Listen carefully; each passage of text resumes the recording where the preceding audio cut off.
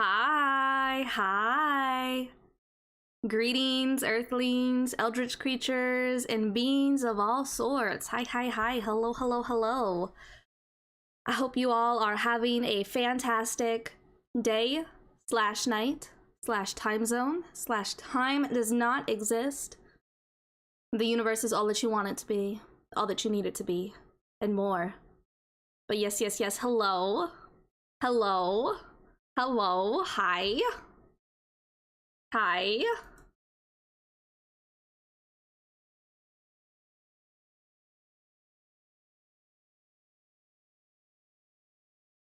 Hold on a second. Hold on a second. I don't think...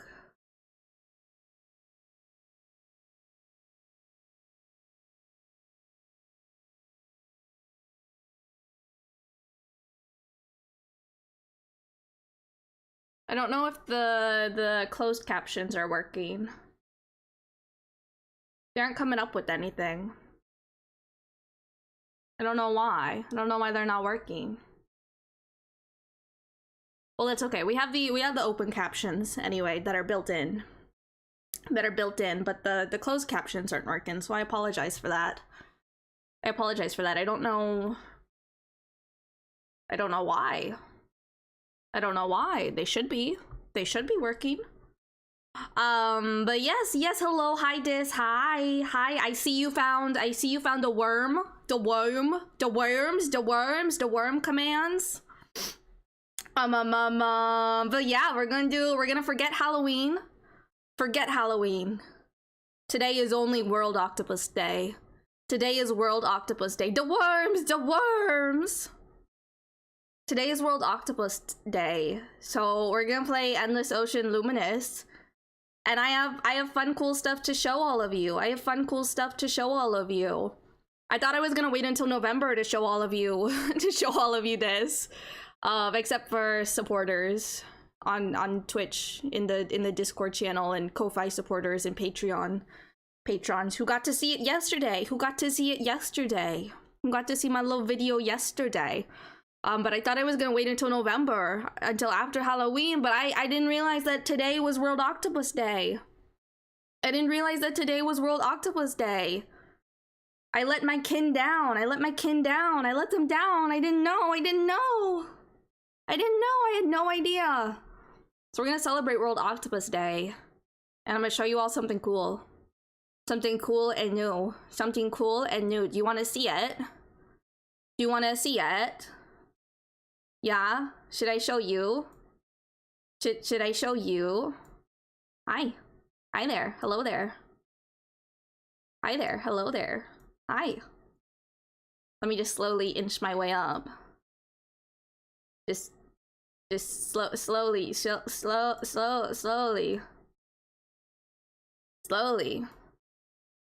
Like right about there? We think? Can we see them all? Can we see all my wonderful tentacles? Oh fuck, you know what I forgot to do before stream? I forgot to add in the credits. In the panel down below. I'll have to do that after stream. I do have the credits in the YouTube video, so let me just pull that up. Let me just pull that up. So these are tentacles by Little Mune on Etsy. Closed captions are back. Okay, wonderful. I don't know why they weren't there for a minute. That was odd. That was peculiar, but thank you for letting me know that they're back. But yes, so Little Mune on Etsy made these. They are a stream asset. Anybody can go and purchase them. Anybody can go and buy them and use them if you want. And they're so cool and so wonderful, and I love them so much. And yes, I'm very excited that we have some tentacles up in here now. I'm very excited. I think it's very cool and awesome. I also figured out how to fix my jacket, so now I have the jacket. Now I can jacket on, jacket off, whenever we want. We can jacket on or jacket off. I have to go. I think I have to go in though and change the settings though to 1. I think all the values to 1 if we want the jacket off, and I think they have to be at 0 to have the jacket on. But I just thought the jacket was broken. I thought the jacket was broken because I could never find like where it was to change it. But so when I was adding the tentacles in, I was just kind of fucking around with stuff, and I realized that anytime I smiled, the jacket would disappear entirely. And I was like, oh, okay, that's interesting. I wonder why. So I went in and I dug around in VTube Studio in the, like, I don't know what they would be called. I guess the settings for like different toggles and stuff. And finally I found the jacket setting, which was labeled as blush when smiling.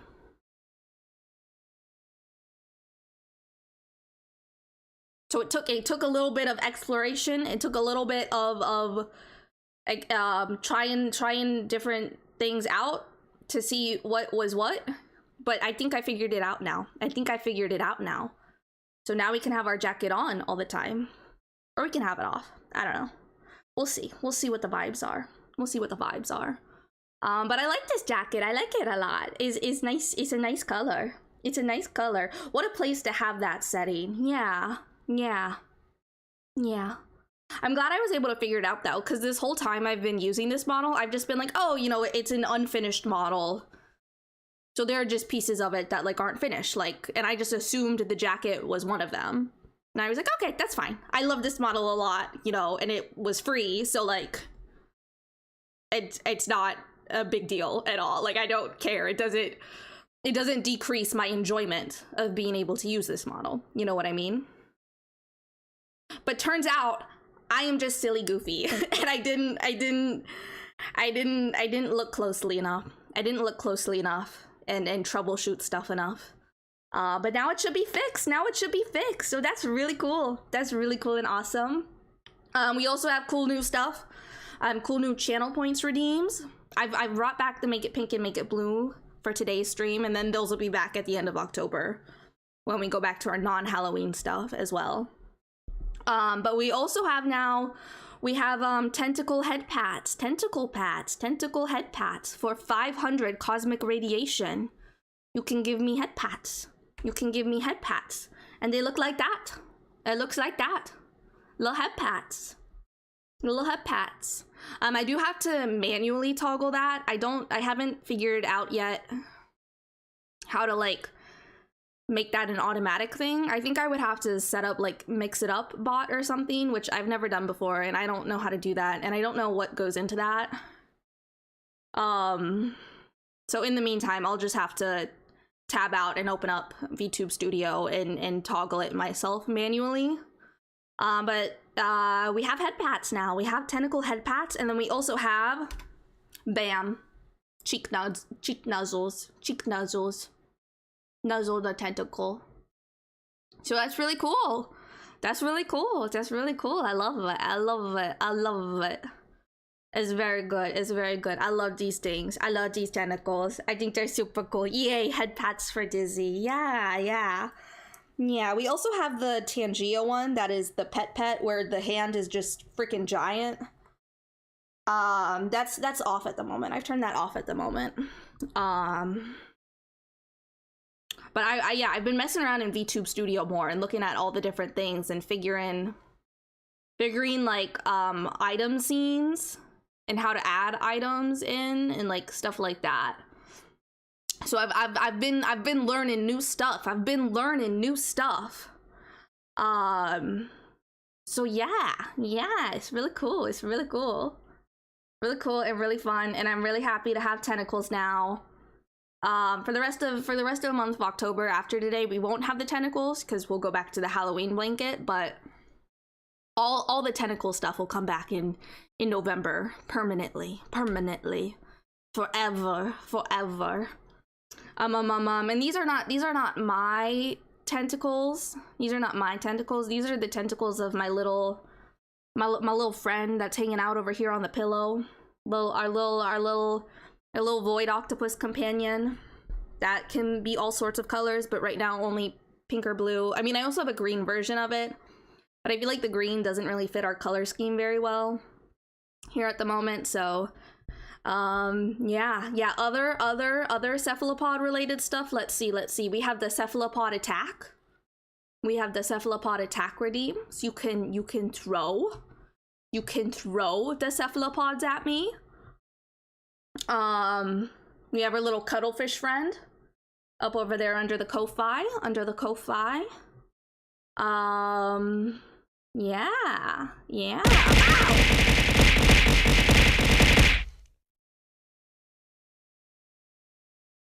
You threw stuff at me. Wow. Yeah, it's very cool. It works. Yeah. It works sometimes. I feel like sometimes tits just doesn't work even though I have it open. But if that ever happens, I can just reset it, and I could do it manually to myself. I can do that.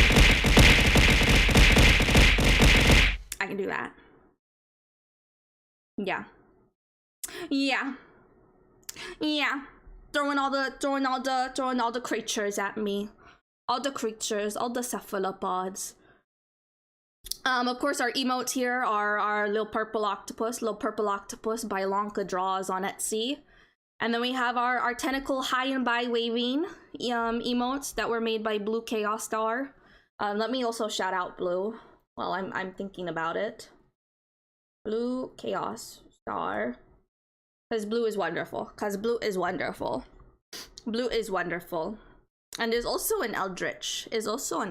Creature. Yeah. So this is an octopus. This is a cephalopod themed stream. So what better way to celebrate World Octopus Day than to be here, hanging out with me, and playing some Endless Ocean Luminous. I don't know if we're gonna see any cephalopods today in Endless Ocean Luminous. It'll just depend on what they generate in, but I sure hope so. I sure hope we get to see lots and lots of cephalopods. I sure hope we do. Yeah. Let's hop on over to the game though. To the video game. Let me move myself over a little bit. I think that should be good, and then let me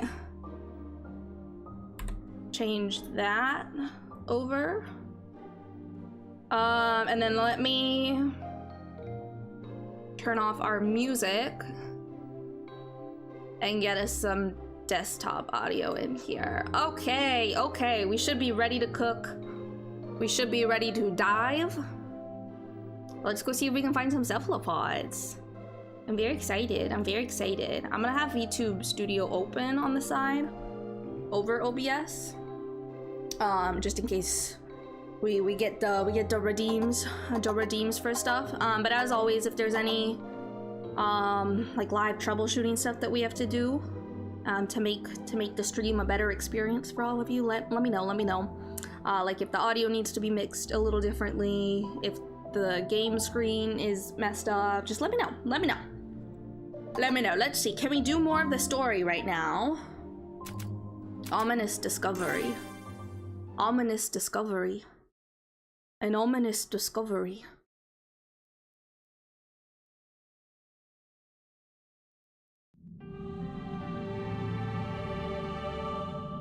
The story in this game isn't great. It's no Endless Ocean Blue World, but it's a very chill game, very chill. Whatever caused that flash to be around here, okay. I have activated the beacon light, but note that visibility will still be extremely limited. Okay, extremely limited visibility, got it.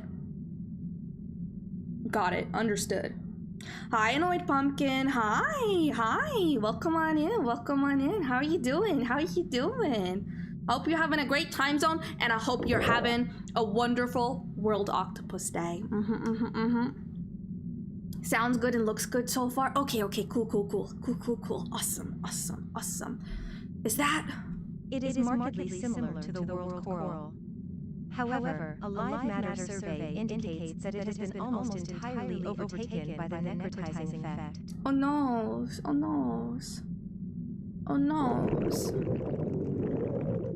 This doesn't add up. If there was another world coral, we'd know. Reviewing database. Reviewing database.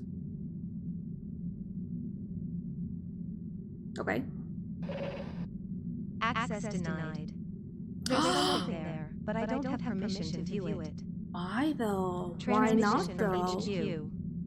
Why not though? Pretty good, and I just got my first Nintendo Switch. Holy heckin' heck! Congratulations! Congratulations! Hope you're able to play lots of fun games. I hope you're able to play lots of fun games. That's so cool. I'm so happy for you. Yay! We're patched through again? I have been granted permission to retrieve relevant information from the database. Okay. But first, HQ has a message for the two of you. Okay. What's up, HQ? By proving yourselves in the field, you've shown us you're ready to receive the following intel. Okay. There isn't just one world coral. There are two of them. One in the sea and one in the Two dead. world corals? Wow. You know about the latter. This used to be a thriving ecosystem, a bustling city of underwater life. Why would this information be classified? Looks like those days are over. Topographical changes on the seafloor caused hostile conditions for this deep-sea community. Conversely, as the coral died, these shifts in the seafloor became more extreme, creating a dangerous feedback loop and a threat to the world's deep ocean circulation. Okay. Deep ocean circulation? Like the system of currents in the world's oceans? Deep ocean circulation is analogous to the circulatory system in a human. It comprises the heart and veins of our planet. It is critical to maintaining life. Without intervention, the topographical shifts will worsen, ultimately halting all deep ocean circulation. Okay. In that scenario, we forecast cascading ecological impacts, ending with a total extinction event. I don't know why they didn't just, like, stick to science with this game instead of doing whatever they're doing here with the world coral and it necrotizing and like all of this. Like it's kind of goofy. It's kind of goofy. Like you literally could have just stuck to like how climate change is impacting the ocean, and it would have just This game. You're not buying this, are you, Dizzy? I don't know. It's a little goofy. But we ran countless simulations. Okay. All ended with the same result. Okay. So this is the true purpose of the project, to prevent this scenario from occurring. As researchers for Aegis, you are the planet's line of defense against total biological destruction. Good luck. Good luck. Okay, that's awesome. No, you know what? That's really cool, and that totally tracks. That there's like a handful of there's like two people, and like it's only them. That's like okay, yeah, no, that's cool. That's cool. That's awesome. Transmission ended. Transmission ended. Transmission ended. Ended the transmission. ... I have not had access to that information before. It seems there are certain things even an AI isn't allowed to know. Okay, Sarah. Okay. Guess they wanted the total extinction thing kept under wraps. Ugh, this is heavy. Wish I could just forget all about this. Go to the beach, have a little fun before the world ends. Hold on. Hold on. Wait a moment. Wait a moment. Look at the mystery board. It's glowing more brightly than before. It's glowing. The mystery board. Slowly but surely, your research is making a difference. Yeah, chat, through the power of research, you too can make a difference. You too can make a difference. Right, okay, we're getting somewhere. Guess there's no time to mope, huh? The fate of the world's on our shoulders. That's right. You're well on your way to accomplishing your goal. Yay! Yippee! You just have to take it one mystery at a time. Just one mystery at a time. Just one mystery at a time, and we'll get there. We'll get there. We'll save the world. We'll save the planet.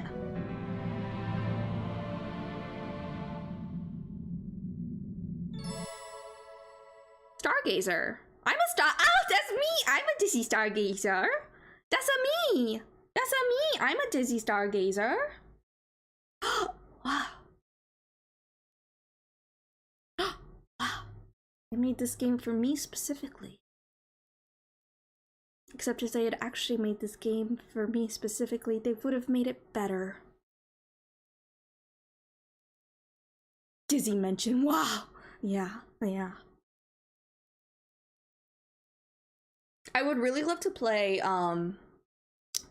Blue World on stream at some point, but I don't know how we would do that. Because it's on the Wii. It's on the Wii, and I do have my Wii still, and I do have Blue World, but I don't know how I would connect it to my computer. So we can stream it. Let's go on a solo dive. See if we can find some cephalopods. Let's start a new dive. Let's start a new dive. Let's start a new dive.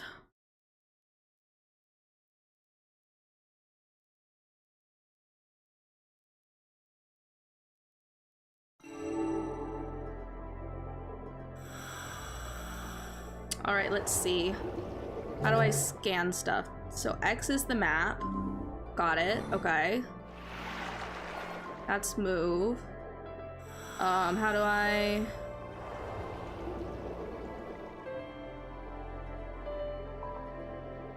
That's the camera. Okay, that's how I scan. I'm remembering. Yellow tang. Yellow long-nosed butterfly fish. Sea goldie. Okay, and then just a lot more. Just a lot more yellow tangs. See a fish here? All of these fishes. Real angelfish, teardrop butterfly fish.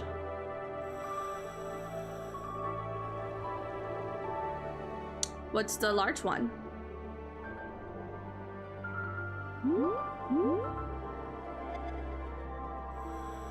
Humphead wrasse. Humphead wrasse. The largest of all wrasses, this species has a distinctly shaped hump on its head and a pale, complex color pattern. Since it is a curious sort, it tends to welcome attention by divers. It normally lives independently around coral reefs, but many gather together during breeding season. I don't know if it's the humphead wrasse or the sheephead's wrasse. Or maybe it's something different that I'm thinking of, but there is some kind of fish that looks similar to them. That if the female species of the fish gets large enough, it can trans its gender. It can trans its gender. And then it'll fight with like the like those singular like male in like a group of them, and if it wins, then they become the leader. They become the leader.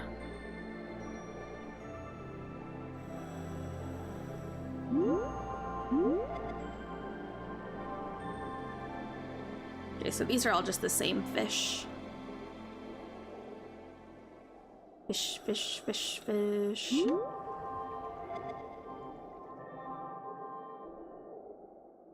More threadfin butterfly fish. These are just rocks.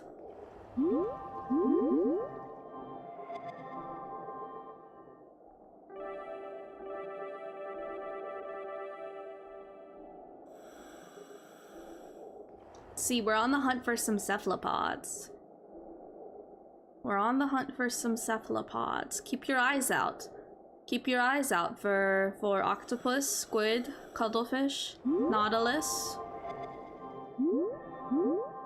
Or any extinct ones as well, like ammonites or belemnites.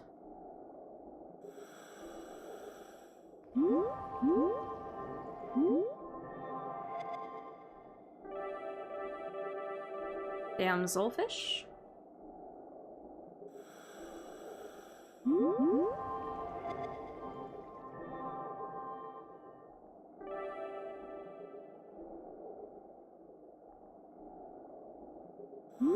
What's this over here?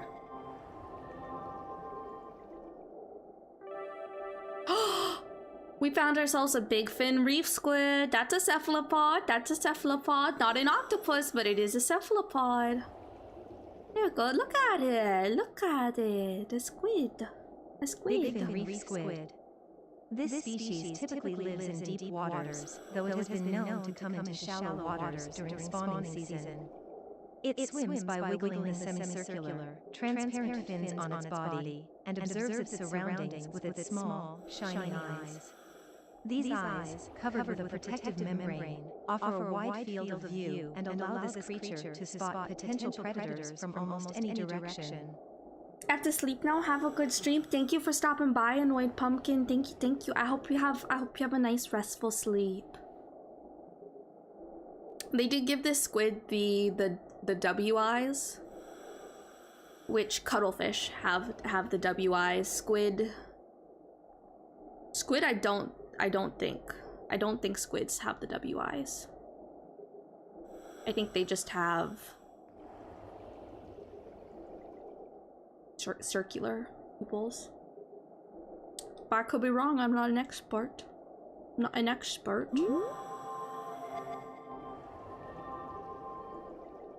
Orange spine unicorn fish, rare. Orange spine unicorn fish, striped. An orange spine unicorn fish with rather unusual stripes on its body. This atypical pattern may be a survival adaptation, as it blurs its outline and obscures its movements to predators, and research drone data indicates that there are many such predators nearby. Okay. Well, I hope you don't get eaten. Good luck with that. Good luck with that, little friend. Let's go this way.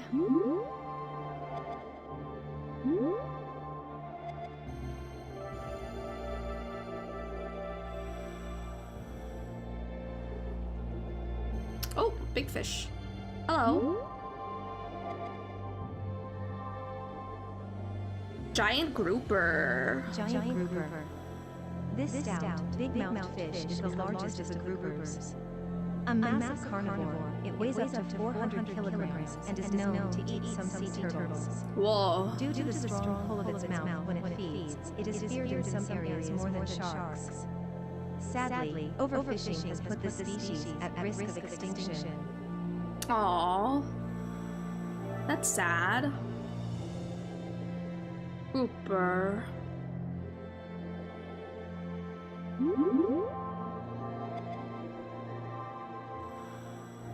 Short-tail stingray, spot-fin porcupine fish, and a wobbegong. Tasseled wobbegong.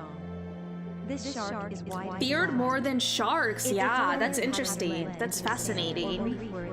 I wouldn't have expected that. Its wide mouth, filled with long, sharp teeth, extends around the front edge of its head. The mouth is surrounded by lengthy, beard-like tassels that imitate seaweed. Short-tail stingray. This member of the red stingray family can be identified by the white spots between its body and fins. It rarely dives into sandy areas and generally migrates near the seafloor. It is a large animal, but gentle in disposition. It is also an active swimmer and fairly easy to keep, so it is a popular fish in aquariums. Yeah.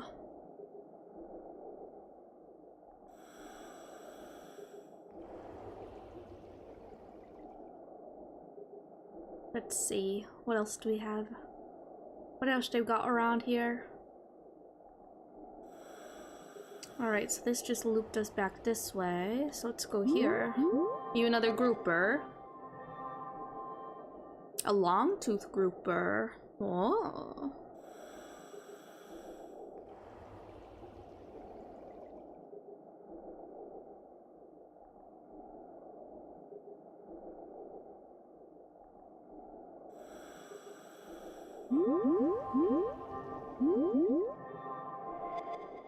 A blotched fantail ray.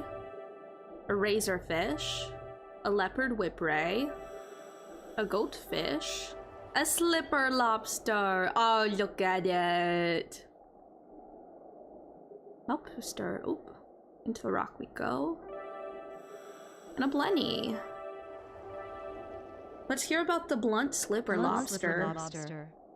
This reddish-brown shrimp lives in coral reefs and has a thick... It's a shrimp!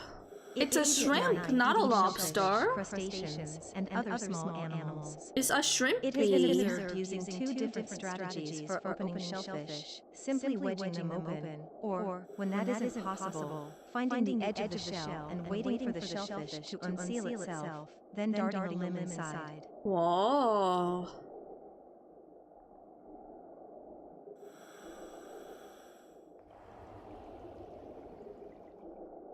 I think that's a dead end. Lots of little caves.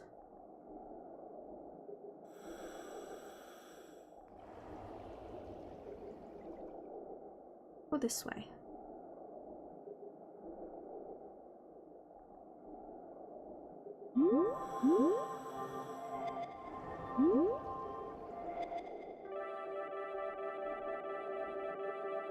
Lots more little reef fish. Oh, I see a creature. Oh, a manta ray?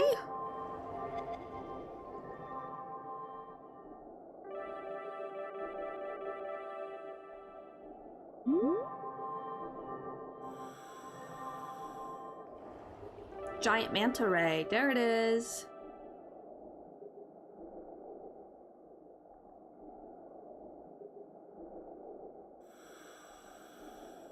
Who was it that was just saying in the Discord that mantas had been reclassified to something else? Let me see.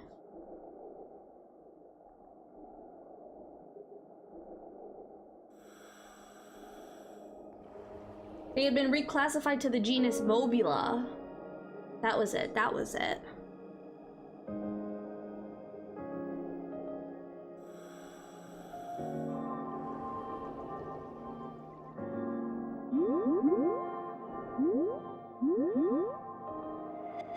A parrotfish. Parrotfish, poop out sand. King angelfish. They make the green humphead parrotfish. The sand. This fish, which is gray or a light blue-green, has a head that looks like a big inflatable crown. Males of the species tussle for territory by banging their heads into one another. The imposing fish lives around rocks and reefs and unusually consumes living corals. It also eats algae and crustaceans. Yeah. So they will grind up the rock and the coral and turn it into sand. Sea bream.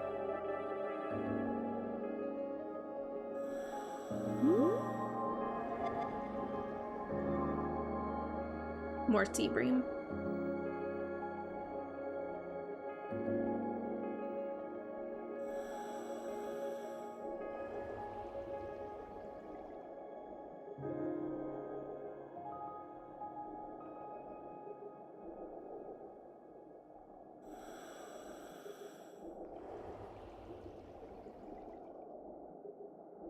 See if we can go to a slightly different area.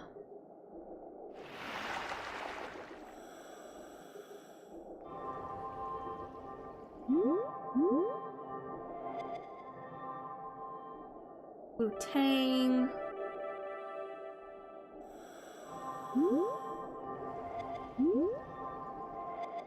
Big Eye Trevally.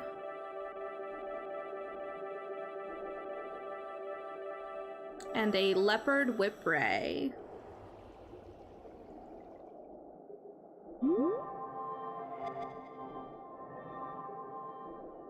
Red stingray and a sawfish. What are these? Barracuda! Dun dun dun dun dun dun dun. Cool.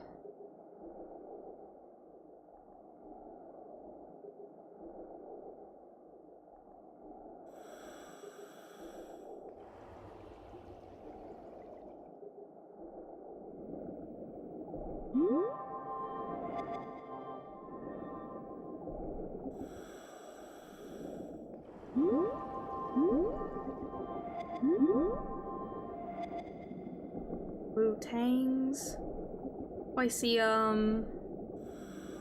maybe a leatherback sea turtle up there. Let's grab this first, though. Wow, a coin. Oh, and a shark. Oh. Cacao Maharaja. The leatherback is the largest turtle, and this is the largest leatherback. The ship that first sighted and reported this giant was the Cacao Maharaja, and the turtle has somehow taken the same name.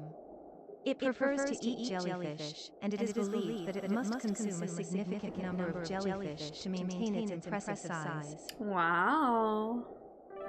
And a zebra shark. Zebra shark. This creature has a striking leopard spot pattern and a tail fin nearly as long as its body. It also has several ridges on its back, similar to a whale shark's. A young shark, with its pale body and black stripes, does not resemble an adult. It is most active at night and usually found on the seabed near coral reefs. Stuff down here as well. A little cat shark, maybe? A little leopard shark? Oh, a bullhead shark. Japanese bullhead shark. This shark has a large head and distinctive ridges above its eyes that can look like cat ears or cow horns. It lies still in reef crevices or on the seafloor during the day, then goes out to look for food at night, using its strong teeth to crush and eat mainly mollusks and crustaceans. Wow. Flounder.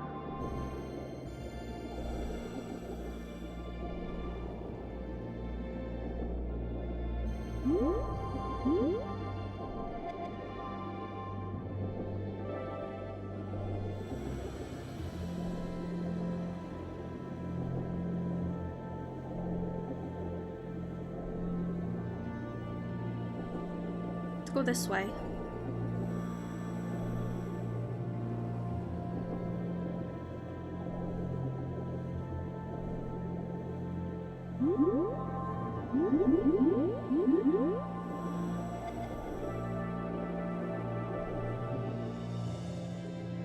More little reef fish.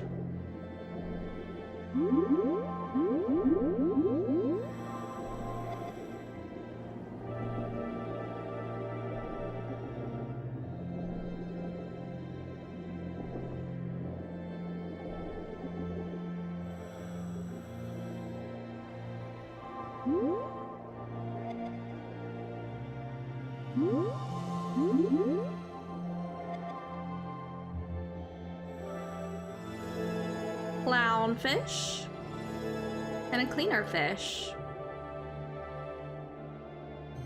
Oh, what are these?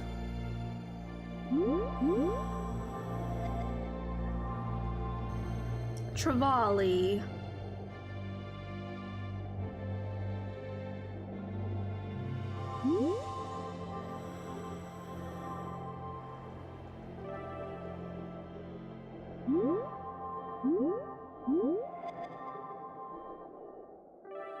Cowtail and a ribbon tail.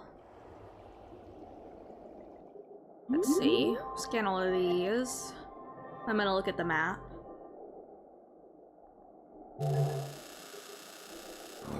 Let's keep going this way.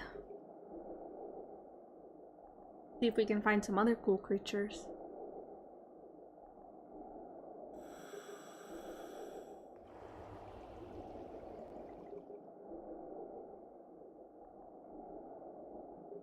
What's this? Sailfin Tang.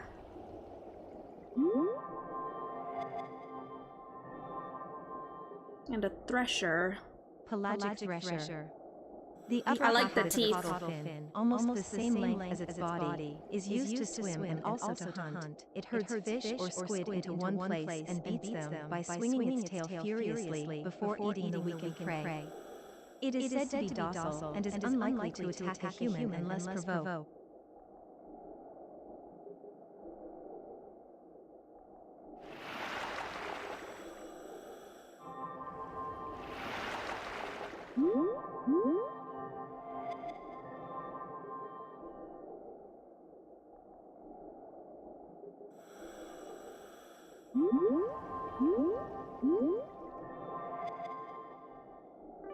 More Trevally. Alright. Tentacle pats. Thank you for the tentacle pats, Diz. Thank you, thank you.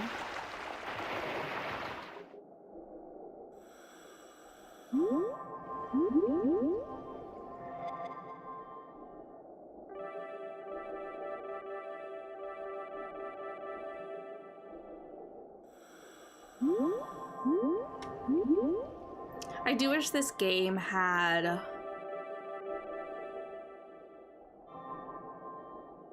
more music in it.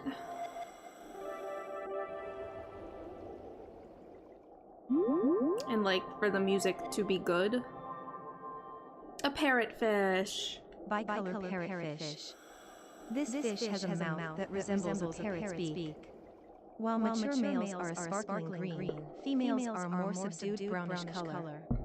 Meanwhile, juveniles are white with orange markings and possess a cuteness that makes them highly sought after by divers.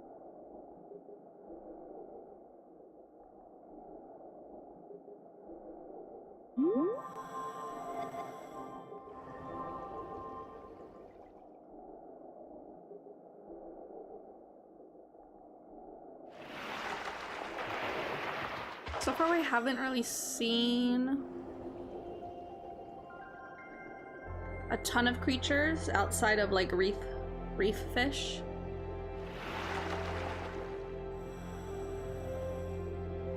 A dolphin.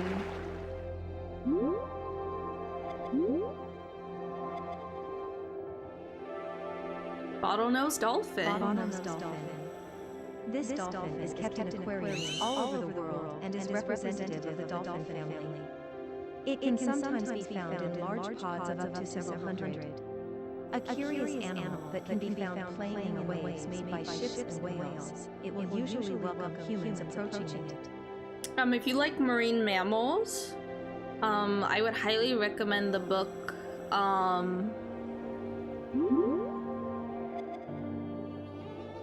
Undrowned, Black Feminist Lessons from Marine Mammals. Let me make sure that's the right title. By Alexis Pauline Gumbs.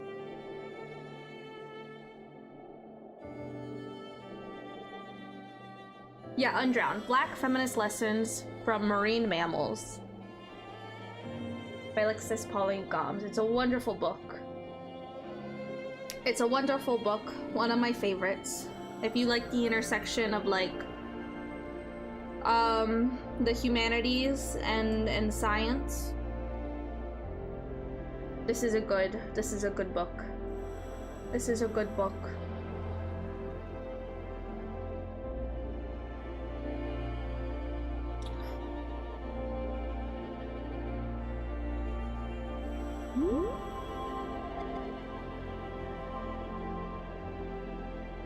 Long-nosed parrotfish, spotfin butterfly fish.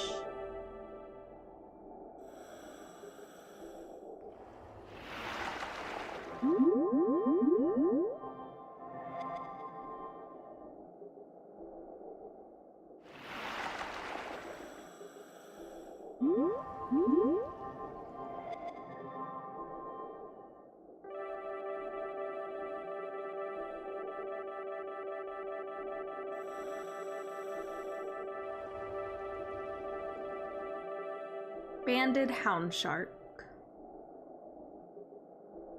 Shark.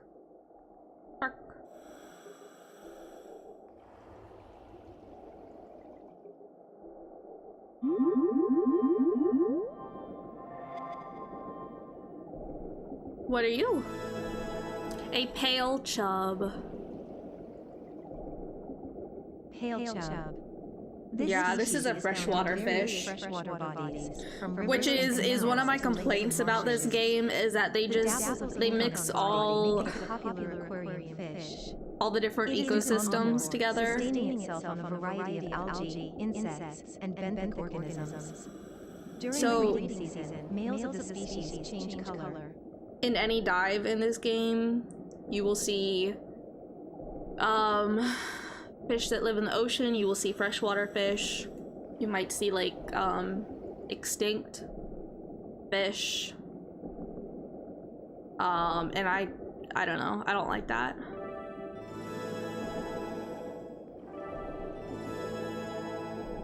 Kanahira, the largest member of the Japanese bitterling family. Oh. An omnivore, it subsists on aquatic plants, aquatic insects, and crustaceans. During mating season, males of the species change color to a bright blue-green or pink. While other species of Japanese bitterling are in decline, this fish's population has held relatively strong over the years.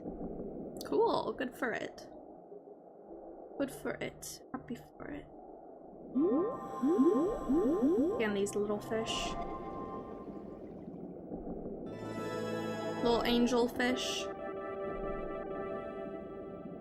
Epic sounding book, added it to the list. Yeah. That's really wonderful. A turtle up there. Apollo! A giant sunfish of a golden color, said in certain legends to be the sun itself. This may be because of the way it looks when it goes leaping out of the water, like the morning sun rising out of the ocean into the sky. Such tales have earned this fish the moniker Sun Dancer. Wow. Let's go scan this turtle too. Looks like another leatherback. This is the same one we saw before. Cool.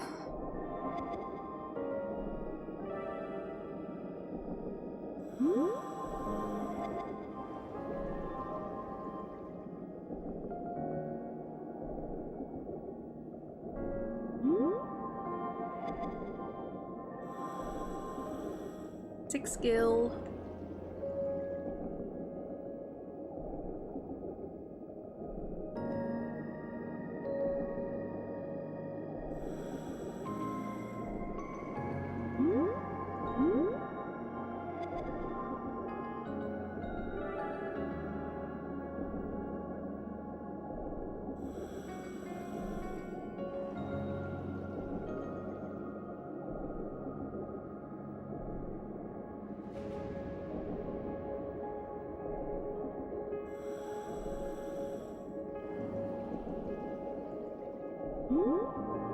An eel.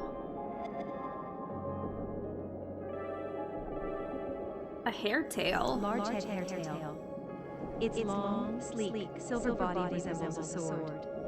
It has So no not an scales eel. and is covered in a silvery substance called guanine. Guanine. This fish is known for its curious way of swimming. It treads around in the water, its eyes pointed upward to look for prey. It lives in shoals on the seabed.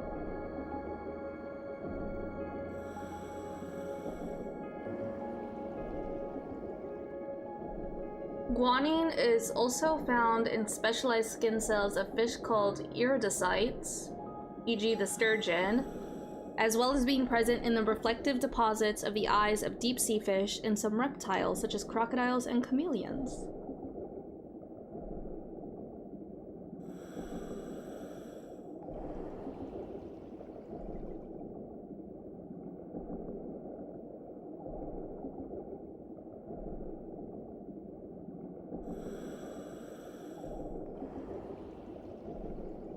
Guanine has a very wide variety of biological uses that include a range of functions ranging in both complexity and versatility.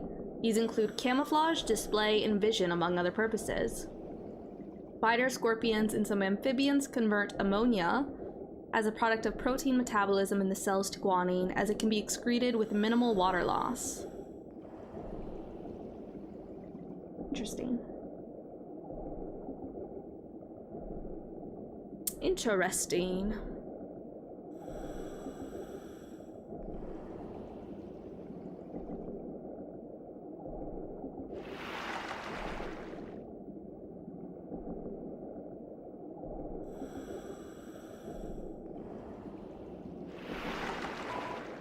Oops.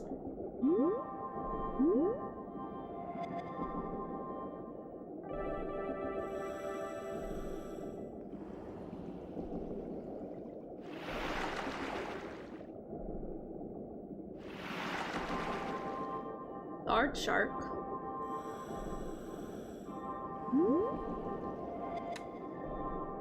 You tiger shark? Yeah, you are. Tiger shark. This predatory shark is named for the stripes running down its side. It eats anything, humans, water birds, sea turtles, and even cans have been found in their stomachs. It is aggressive and omnivorous, eating basically anything that fits in its mouth. It also migrates widely from deep seas to shallow waters. Its heart-shaped teeth help it crush whole turtles. Can't really see the teeth here.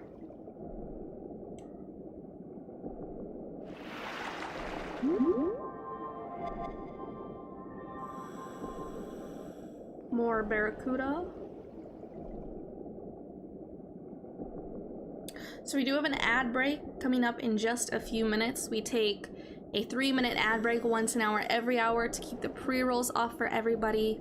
The ads do help support me monetarily just a little bit. Just a little bit. While the ad break is running, if I'm aware that there is an ad, I do my best to stop whatever I'm doing, whether that's playing a game or yapping.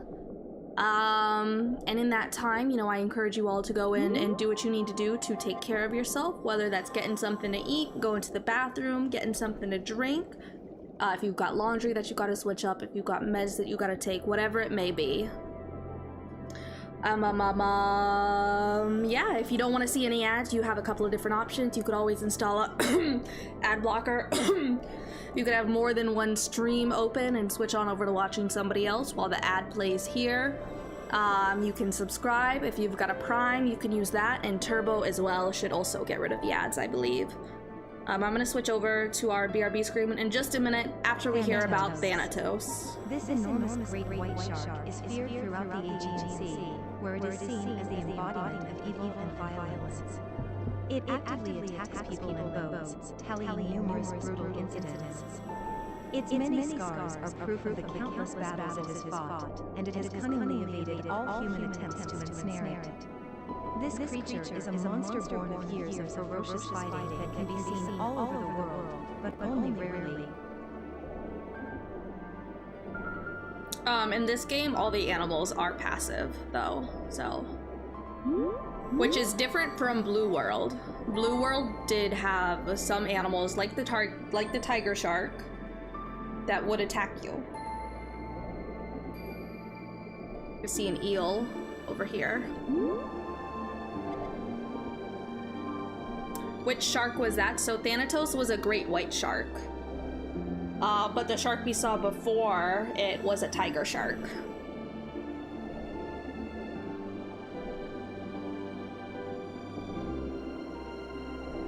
So this is Thanatos. Thanatos is a very stylized great white shark.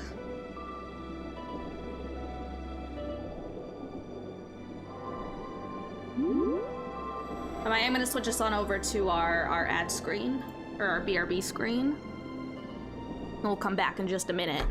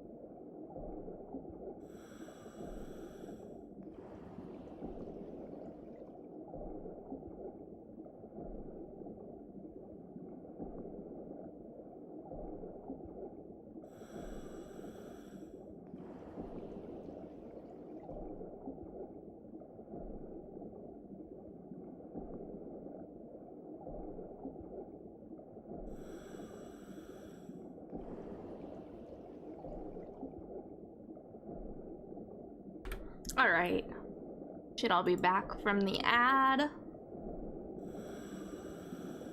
Wonderful, wonderful, wonderful. Let's keep going. So far we've only found the big fin reef squid. We haven't found any other cephalopods and no octopus yet. A pufferfish. So we'll see if we can find one on this map, but if not, then we'll start a new dive. An electric eel! Electric eel. Oh, girl! It is long and slender, like most Try eels. me like an electric eel! To generate electricity. I said, baby girl! Around 800 volts. About electric fields. As large as horses. Horses.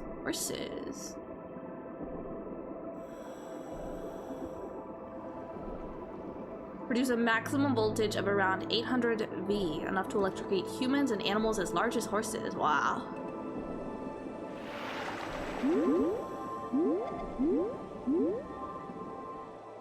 Salmon.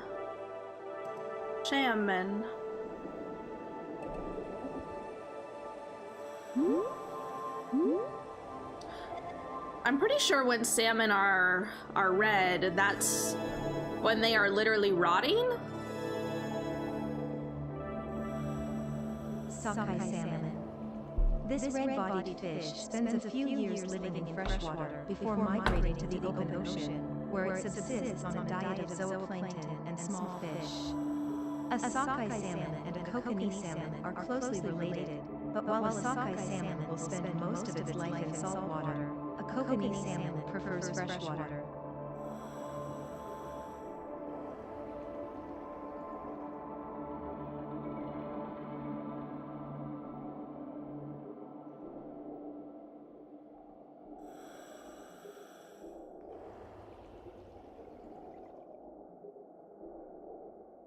Let me see.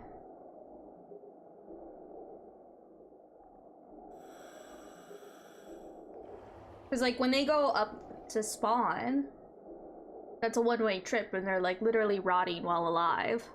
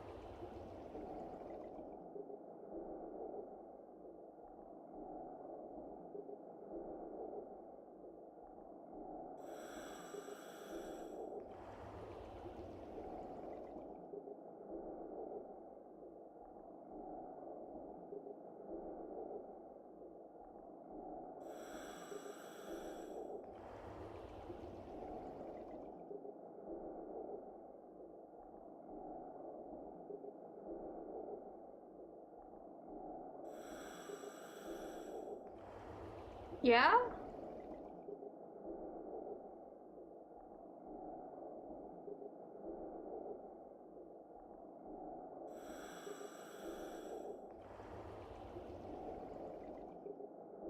Yeah, I feel like they turn red when they're nearing the end of their lives.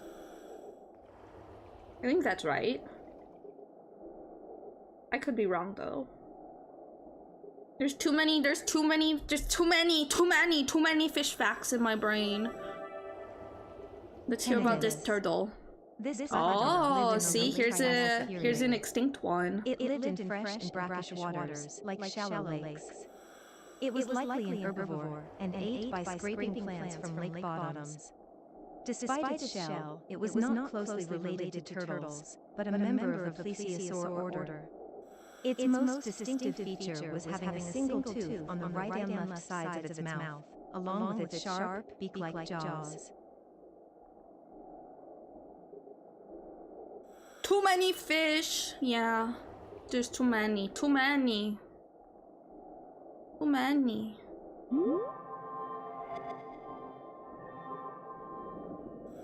Sea bream.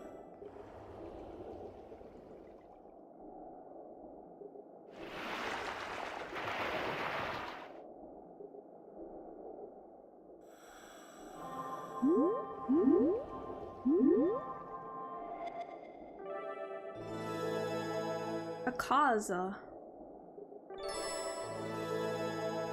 Yara, biology expert.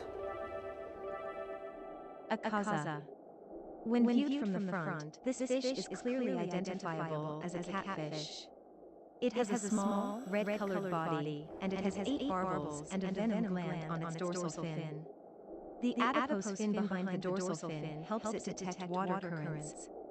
This fish tends to conceal itself near stones during the day, coming out at night to feed on aquatic insects. Unfortunately, its population has been in decline in recent years due to its need for clear waters. Oh. Hyara. This freshwater fish may at first give the impression of a nimble, active swimmer, Look at but the it teeth. actually prefers to wait for prey to wander too close. Its mouth has 2 long, sharp fangs that peek out from its lower jaw, and it tends to perch in place with its head angled slightly downward, waiting for prey. Wow.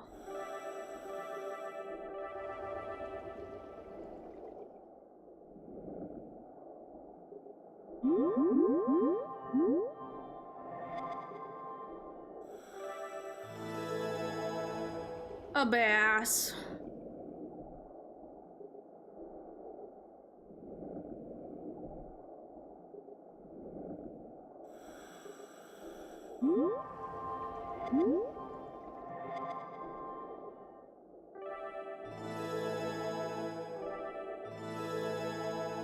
Pufferfish.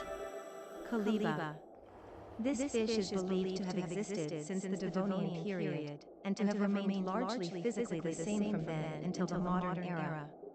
It looks vaguely like a dinosaur. The many, pointed dorsal fins on its back reinforce this appearance, and could be considered a living fossil. Wow.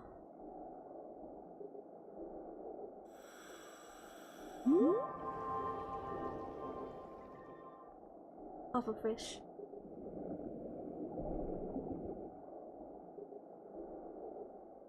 Oh, we can't go up here. This is a dead end, huh?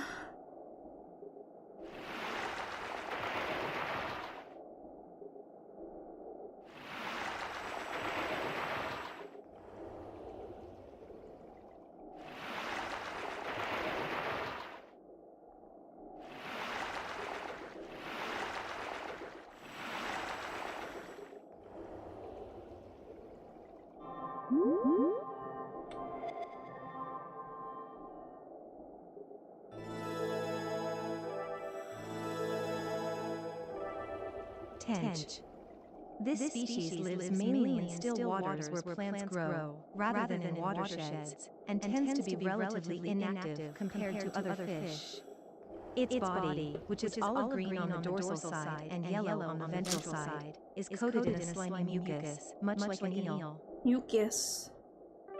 Nile Covered perch. in slime. This large freshwater fish is popular in aquariums. It is silver green and can reach a length of 2 meters. Its size puts it in high demand as a food source, and its voracious appetite makes a big impact on ecosystems. It is loved by anglers for its strength and agility.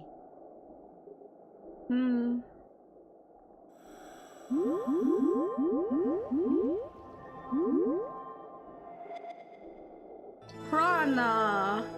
Piranha. A mud skipper. Catfish. Red-bellied piranha. This small, dangerously carnivorous fish will eat not only fish, insects, crustaceans, and birds, but also algae and even fruit. It is timid by nature, but if it catches a scent of blood, it and other members of its species will attack its prey together. Despite its small size, this fish will pursue even tough meat with vigor. Mud skipper. Great blue-spotted mudskipper. A small fish with blue and white spots that hides in burrows at night and emerges when the sun is high. A tidal flat resident, it feeds on diatoms and benthic algae, shaking its head from side to side while it does so. When courting, it leaps around with its dorsal fins spread out and its mouth open wide. Mudskippers are the ones that can, I think that they can kind of waddle around on land. Just a little bit, just a little bit.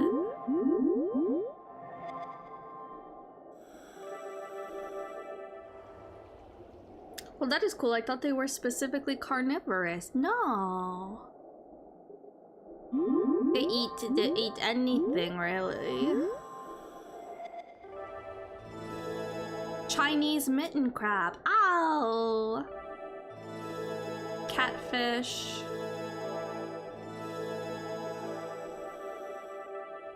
Wow.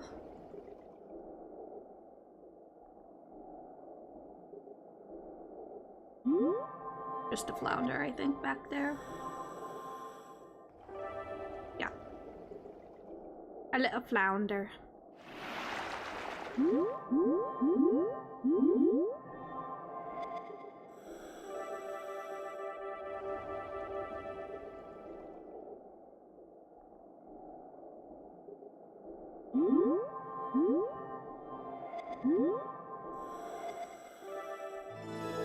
A bluegill.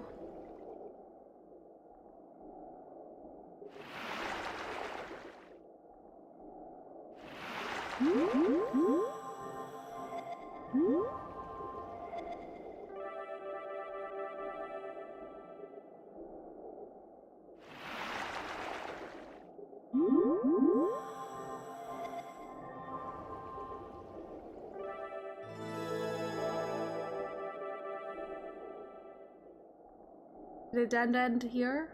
I think so.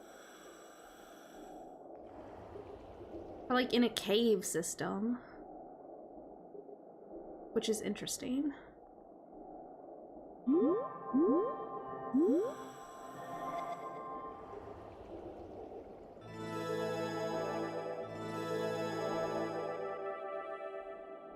They made so many interesting choices with this game.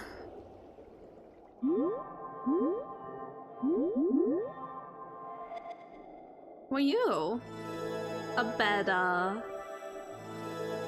Sturgeon. Oh, sturgeons are pretty cool. Sturgeons are pretty cool. They are not truly cartilaginous fish like sharks, skates, and rays. They are technically considered bony fish, but their bones are largely made of cartilage. There's a fun fact about them.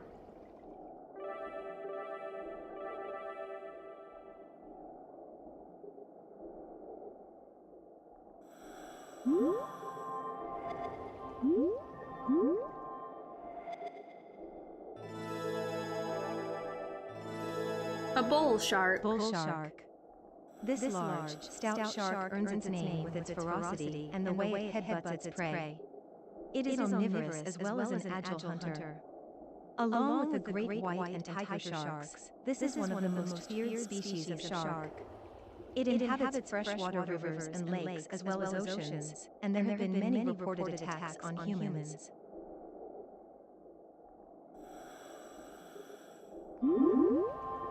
We love our cartilaginous bony fish. Yeah, yeah.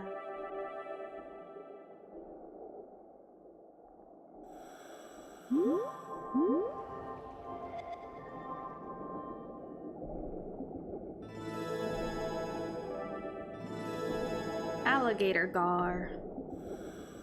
Alligator gar. Let's get this thing down here.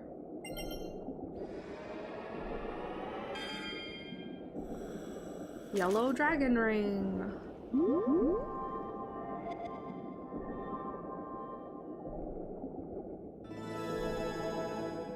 Giant freshwater stingray.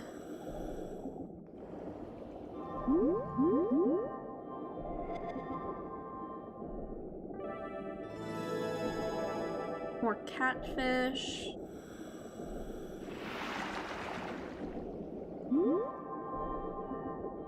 why I've scanned you. You just look... You looked highlighted.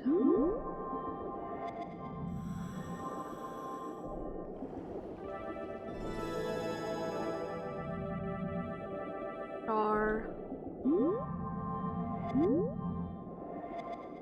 More char.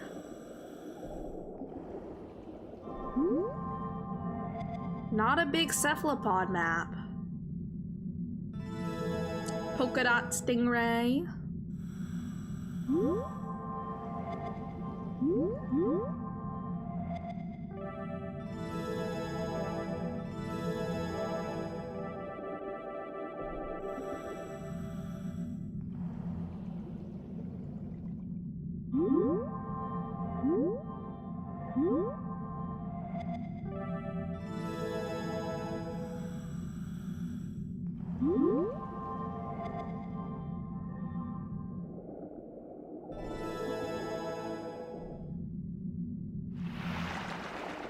Keep going.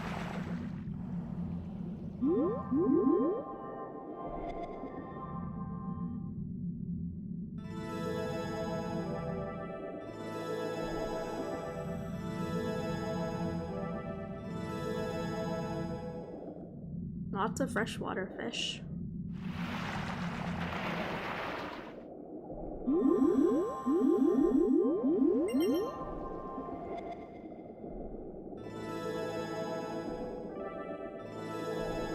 Giant salamander. Wow. The creature. The creature. Japanese giant salamander. This creature prefers to live near fresh water, though it is at risk of being driven extinct due to encroachments from other species in its habitat. Nocturnal by nature, it often spends the day hiding in burrows in order to avoid snakes or wild birds. At night it preys on crustaceans, frogs, and shellfish. When breeding, it will usually lay its eggs, which are connected to one another like beads, in burrows or in rock crevices. La criatura. That's what, Janeway and Tom Paris, they turned into giant salamanders. In the most beloved of Star Trek episodes. Threshold. Cutie creature, yeah, they're very cute,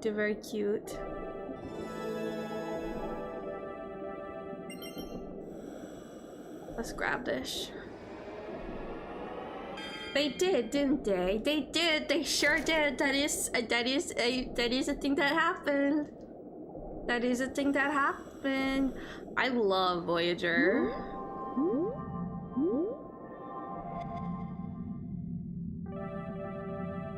I think so. I like the original series the best, and then I think after that I like Voyager, and then DS9 closely behind. I don't really like the Next Generation all that much though.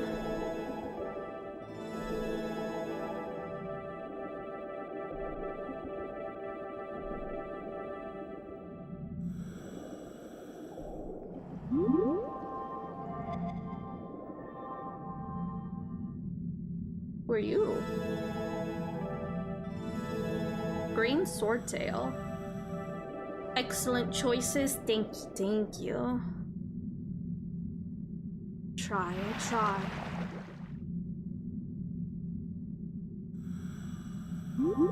I don't know, there's just something about the characters in Voyager and Deep Space Nine that speak to me more so than the characters in the Next Generation. I do like Data and I do like Geordi, but that's kind of it. Everybody else in the Next Generation, I'm like, huh, okay, that's cool. But like the characters in Deep Space Nine and in Voyager, I'm like fucking feral about. I'm like gnawing on them with my teeth and shaking them around like a little chew toy, you know?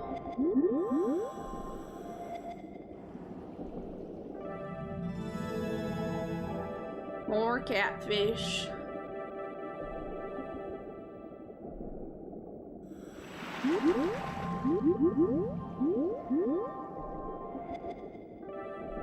Chum salmon. They deserve a little shake, yeah. Yeah, it's enrichment. It's enrichment. Let's go this way.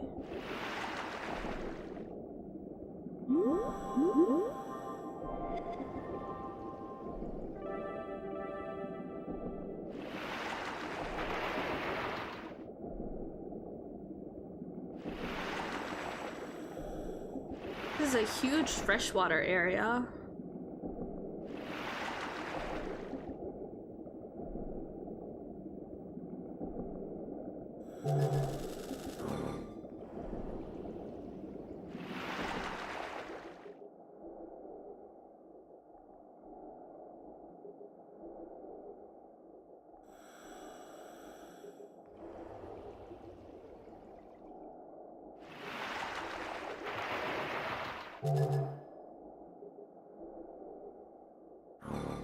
But I don't know how to get out of. How do I get out of here?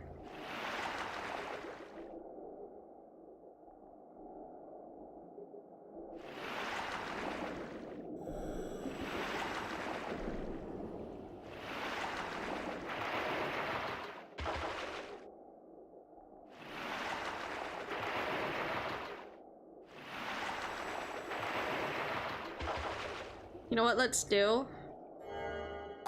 Let's end this dive.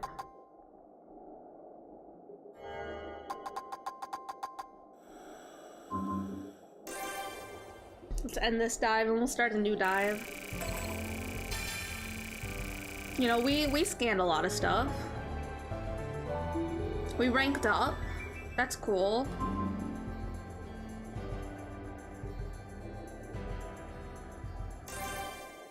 That's cool. I wonder if we have enough to do the next story part. Not that the story is good, but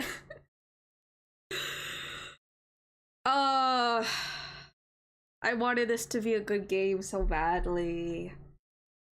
First endless ocean game in frickin' forever. And it's just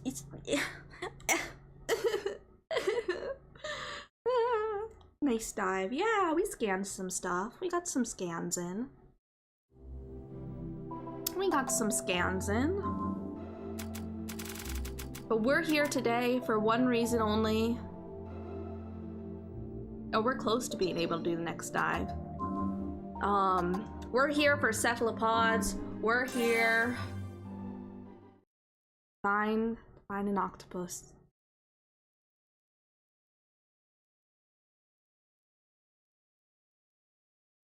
That is our purpose here today. We weren't finding it.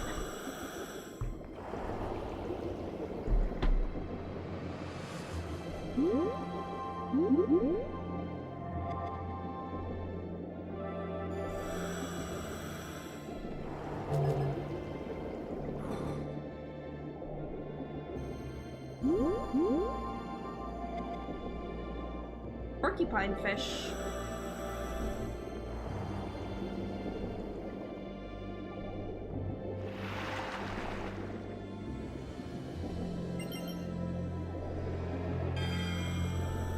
A harmonica! Wow. Wow. Oh, we got ourselves a hammerhead.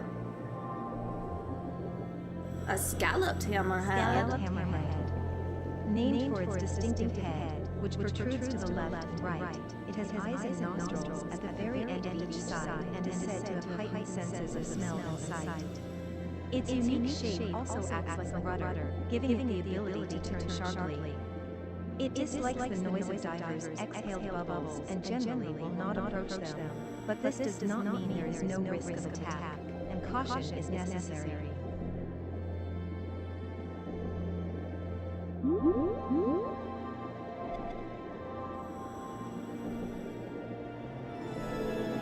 Trout.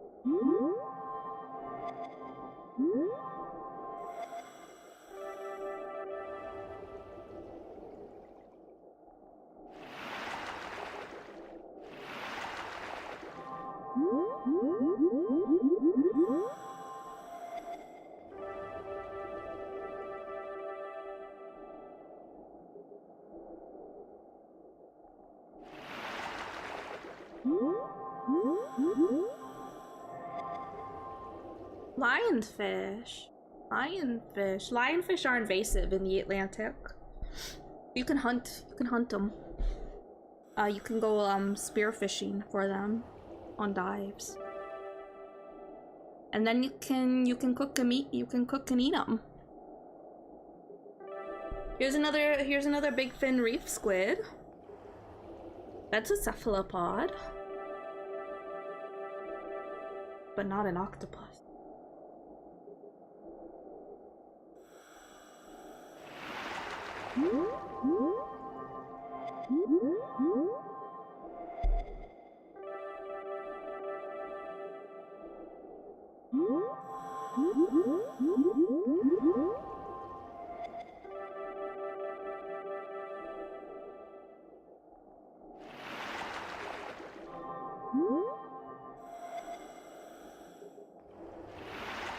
Creature.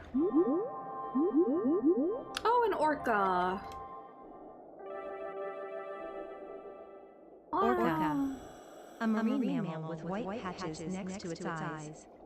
It is a social carnivore, hunting in small packs consisting only of direct relatives. At the base of its dorsal fin, there is a gray pattern called a saddle patch. This is unique to each individual and does not change, making it a useful marker to identify an orca.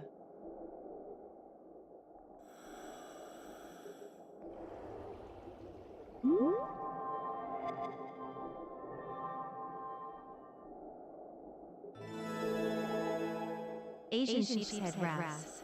Ah, this is what I was talking about earlier. But larger ones can change sex and become male, forming a harem. It is the male who has the characteristic hump on the head. The species has strong jaws that let it eat shellfish. It can grow to over a meter long and is known to be calm and friendly to divers. Yeah. Pretty cool.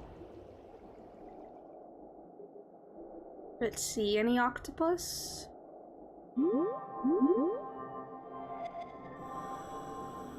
Here's a cuttlefish. Golden cuttlefish. This species has 10 arms, 2 of which are tentacles capable of expanding, contracting, and being stored in pockets on its body. It is able to change its appearance using the many pigment cells covering its surface. Those are called chromatophores. Its actual physical shape at the same time. So chromatophores are the pigmented cells used to change color. So cephalopods have them, chameleons have them. Yeah.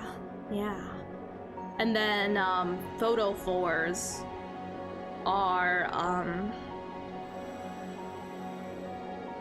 light producing cells.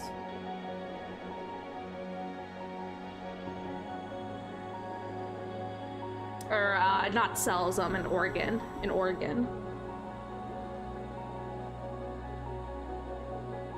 They are so nifty. They are, yeah. They are.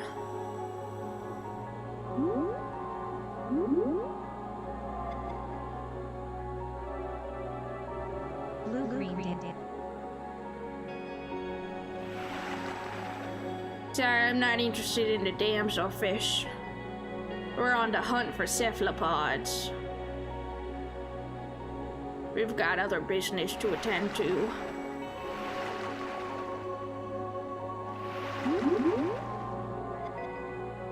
Flying fish.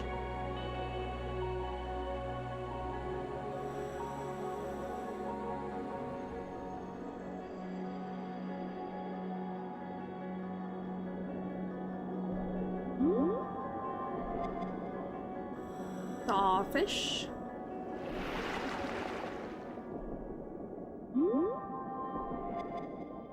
Commerson's dolphin. Commerson's dolphin.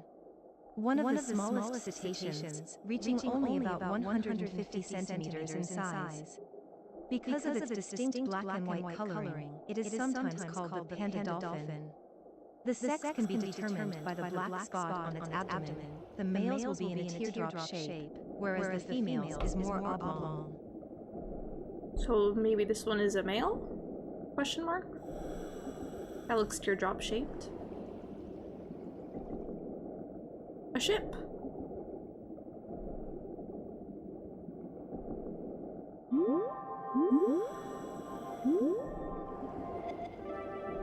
Spotted knife jaw. What you have? A knife! No!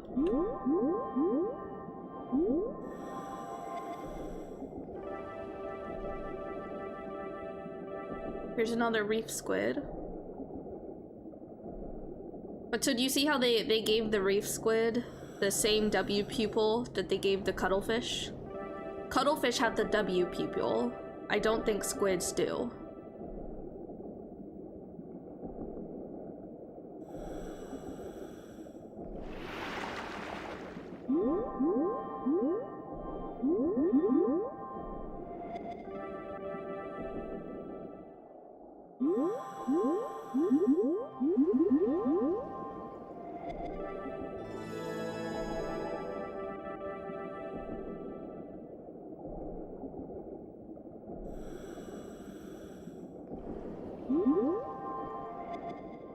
Tuna.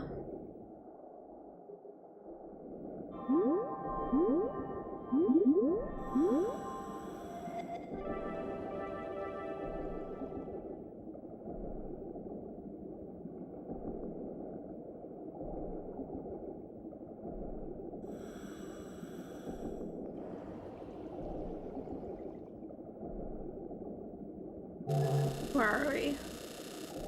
Yeah, we could go further up.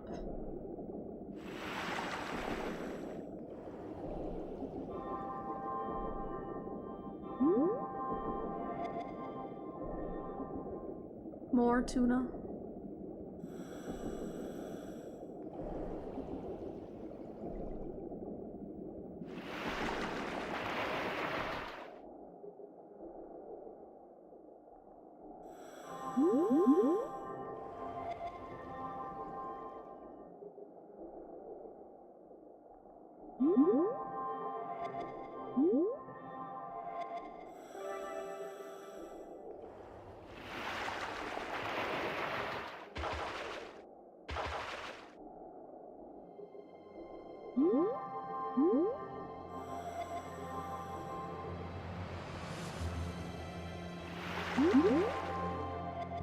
Sawtooth.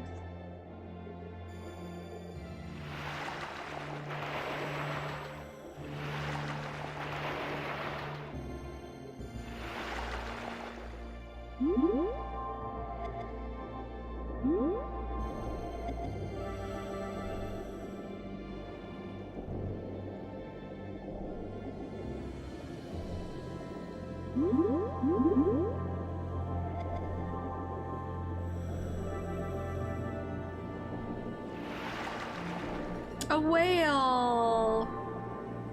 Hello.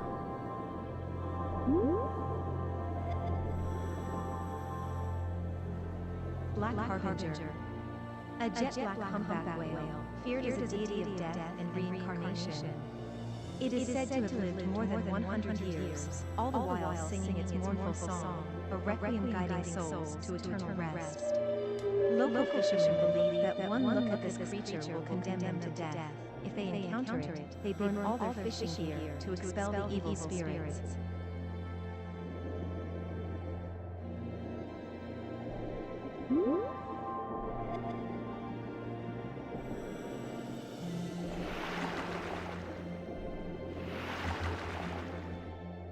I love lore like that. Yeah, it's really good. It's really good. I wish they would have just created like an actual good story for this game.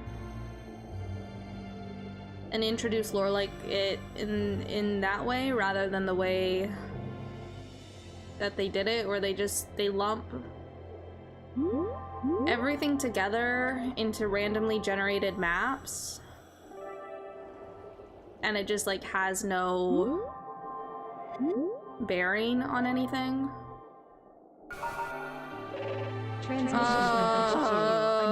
No. I refuse. I'm busy. Headquarters. I'm busy. Can't you see I'm busy? We're on the hunt for cephalopods.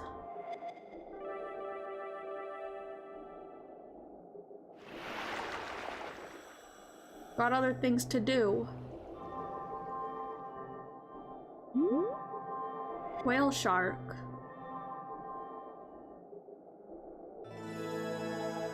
A whale shark. This is the largest fish in the world, identified by the many white specks scattered across its blue back. Its mouth is especially large and filled with a huge number of small teeth. It feeds exclusively on small fish and plankton in the seawater it inhales. It has no air bladder, but maintains buoyancy by storing oil in its liver. Wow. So cool.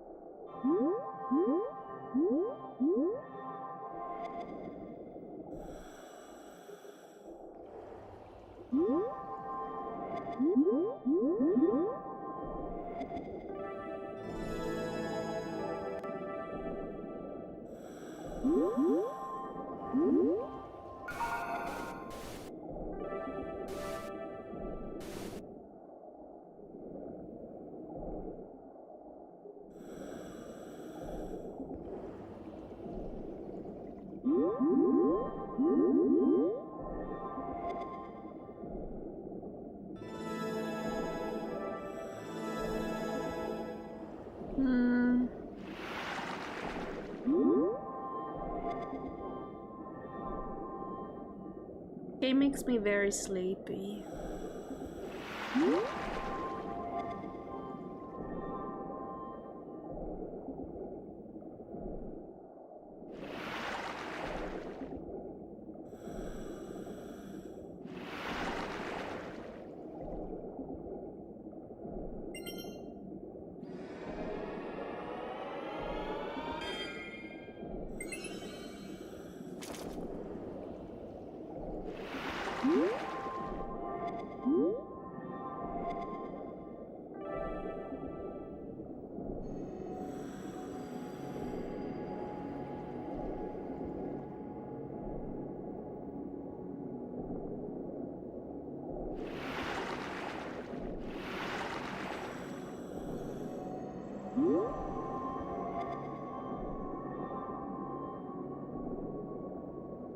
Great white shark, leucistic. This variant is pure white, unlike other great white species which tend to be gray and white. This is called leucism, and is a condition in which body hair, feathers, skin, etc. turn white due to a decrease in pigment. Several specimens of pure white, great white sharks have been discovered in recent years, and it's likely that this species has undergone a similar mutation. It has been super relaxing and nice to listen to. Yeah, it's a very chill game. It's a very chill game. Probably not the best for streaming, if that was something I cared about at all. I mean, if you have like a lot of conversations, I guess it could maybe be good, but I don't know. I start playing this game and my brain just like, I'm like, all right, time for bed. I'm ready to hit the hay.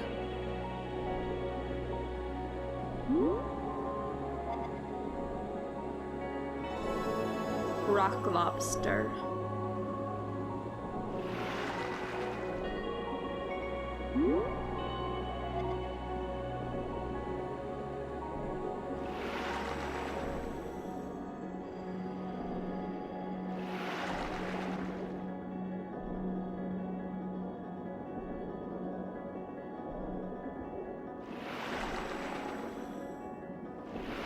Start going this way.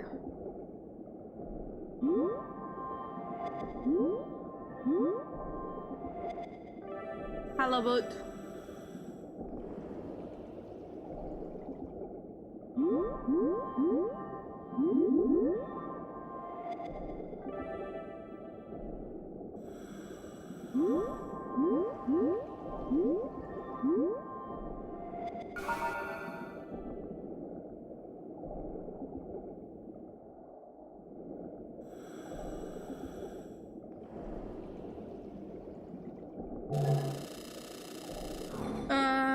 We can go this way. More into the middle.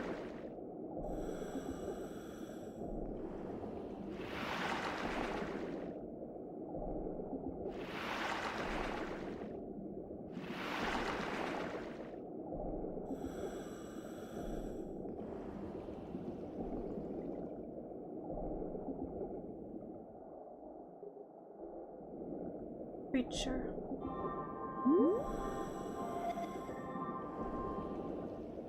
Dunkleosteus. Dunkleosteus. This giant fish probably lived during the late Devonian period. Its jaws were strong, and its bite strength may well have exceeded that of great white sharks or crocodilians. It likely moved slowly due to its heavily armored front half.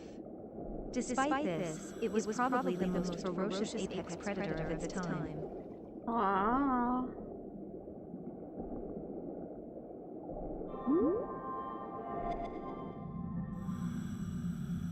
Tylosaurus.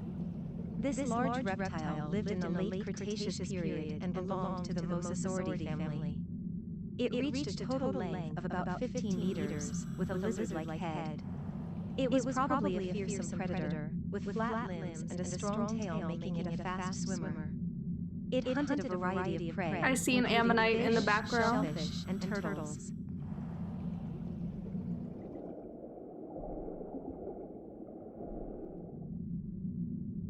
Come to me, my friend.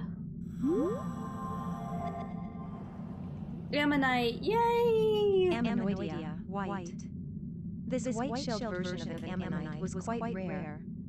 The shell itself had a partition, and the wavy patterns inside are called suture lines. These suture lines are beautiful and complex, similar to those of chrysanthemum leaves, which suggests that this was a member of a species that lived near the end of the Jurassic period. An extinct cephalopod? Still not an octopus. Emperor. This coelacanth is unbelievably large. Who knows how many years it took to reach this impressive size? Looking at it makes you feel the weight of the ages and even a sense of timelessness. The feeling of solemnity leaves you in no doubt that this is the emperor of those living fossils, the mighty coelacanths. We're getting into my thalassophobia territory. I'm gonna just listen for a while. Okay, thank you for... Oh, thank you for lurking. Thank you for lurking.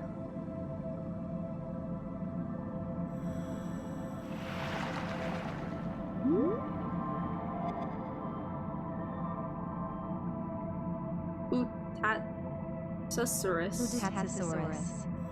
This member of the order of Theosauria lived during the Triassic period of the Mesozoic era.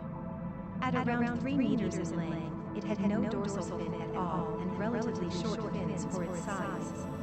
It did have fingers on those fins, and it had large eyes and a long snout that narrowed at the tip. Its tail fin stood perpendicular to its body, making it look inverted, and it is believed that it swam by twisting its body from side to side. It is possibly one of the oldest ichthyosaurs. It did have fingers on those fins. Where? You say that, but then you don't show that in the arts that you have made. They're like, what the heck? They're like, what the heck?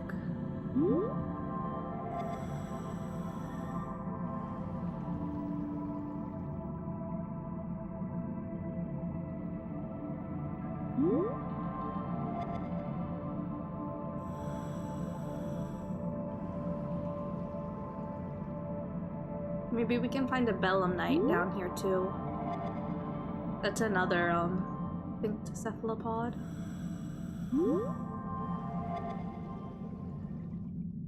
Look at those teeth.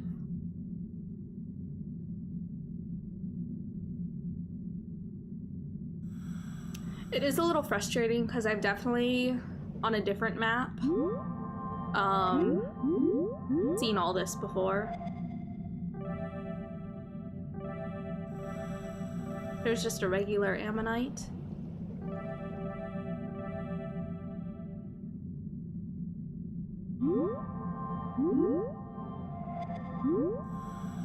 There's a belemnite. There it is. Belemnite. This mollusk is believed to have lived in the Mesozoic era, from the Triassic period to the Cretaceous period. It looked very similar to modern squids, and though it lacked two long tentacles to grab prey, it is believed to have had the ability to squirt ink when it was in danger. Research suggests it was a valuable source of food for large ichthyosaurs and sharks of the time. Wow.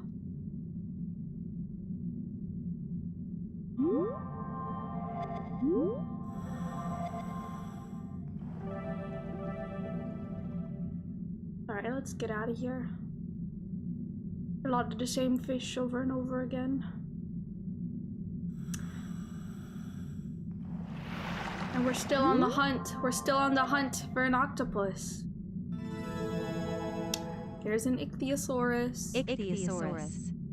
This species is believed to have lived between the late Triassic and the early Jurassic periods, surviving primarily on a diet of squid and other fish. At around 2 to 3 meters in length, it was smaller than other ichthyosaurs. It had a vertical tail in the shape of a half-moon, much like modern sharks, and it is believed to have swung its body from side to side to swim. Aww.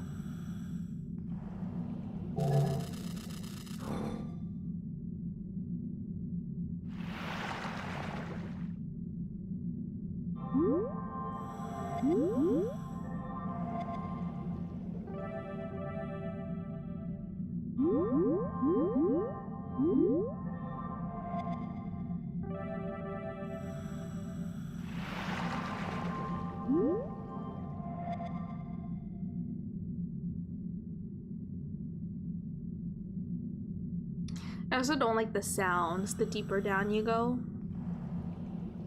They just get really harsh on my ears.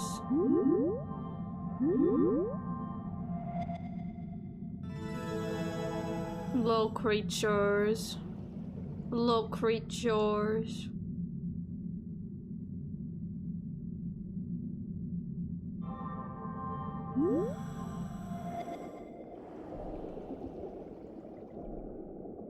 Creature. The deep pressure noise, yeah. I don't love the deep pressure noise. It hurts my ears. Like the sound is fine higher up, but once, like here, like this is fine.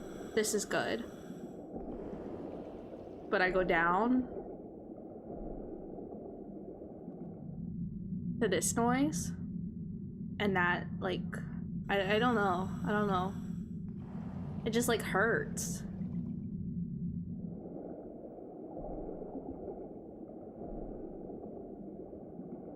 Alright, let's see if we can find an octopus.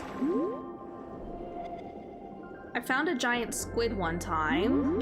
That would be cool to find as well.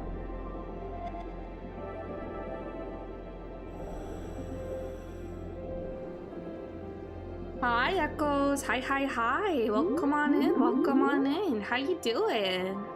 Hope you're having a great time zone, and I hope you're having a fantastic World Octopus Day. The underwater adventure is going pretty chill. We found a big fin reef squid. We found a cuttlefish so far. We just found some extinct cephalopods, so an ammonite and a belemnite, and few others of that ilk. But no octopus yet. No octopus yet. We're still looking for an octopus. The mystery board lit up. Okay.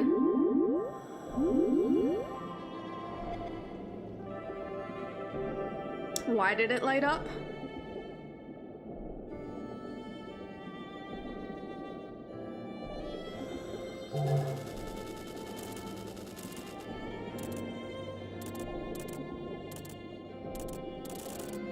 I don't even know how to see the mystery board.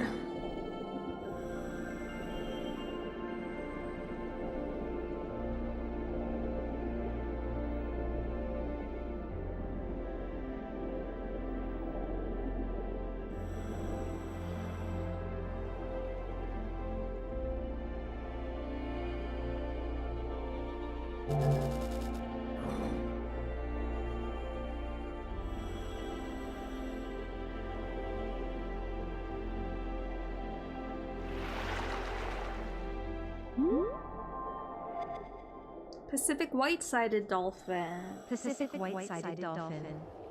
This small dolphin species is white, black, and gray in color, and has a dorsal fin that curves out like a sharp sickle. It is active and assertive, known to approach boats and ships. Since it swims in huge schools of 100 or more, it is a popular target for dolphin watching. Wow.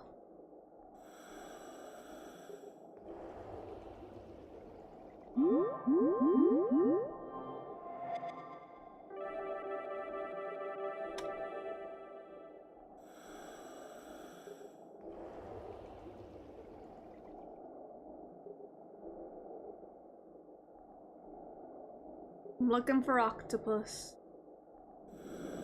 So we do have an ad break coming up. We take a 3-minute ad break once an hour every hour. This is to keep the pre-rolls off for everybody just coming in. It also helps support me monetarily just a little bit.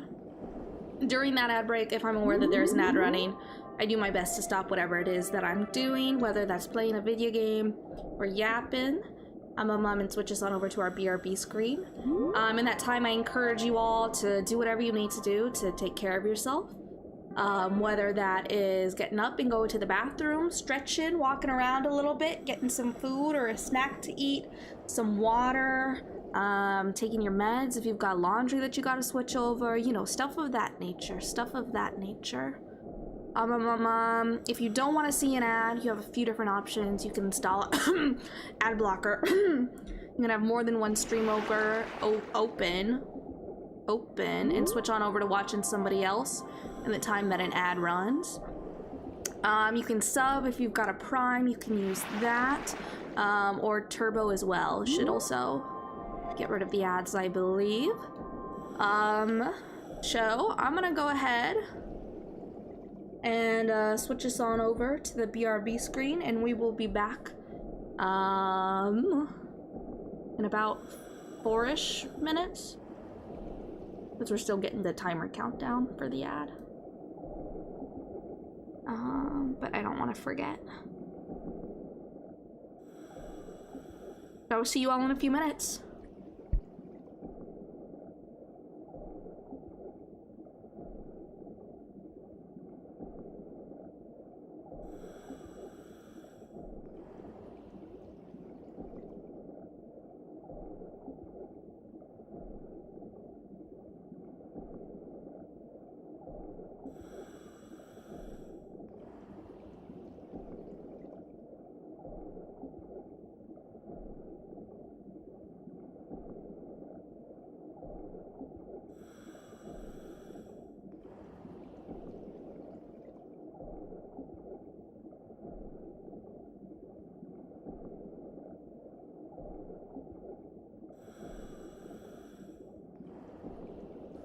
I send greetings on behalf of the people Stuart of our rated my planet. stream with 9 viewers. We step out of our solar system into the universe, seeking only peace Hi and raiders, friendship. hi. Thank you so much for the raid. Thank you so much for the raid. We are just about to go into an ad break. We are just about to go into an ad break. I'm so sorry. I'm so sorry. Let me get you a shout out though.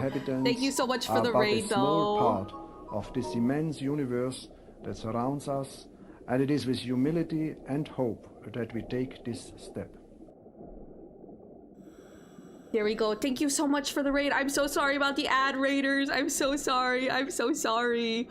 Welcome on in though. I'll say hello to everybody in just a few minutes after the ad is over. Thank you again for the ad. I hope you had a wonderful stream, Shuhart. Thank you, thank you, thank you. Mom, go do what you need to do to take care of yourself, etc. I hope we're not intruding on anything. No, not at all, not at all. Not at all. The ad is just about to start though, so I'm gonna shut my yapper. I'm gonna shut my yapper. But thank you again for the raid. Thank you.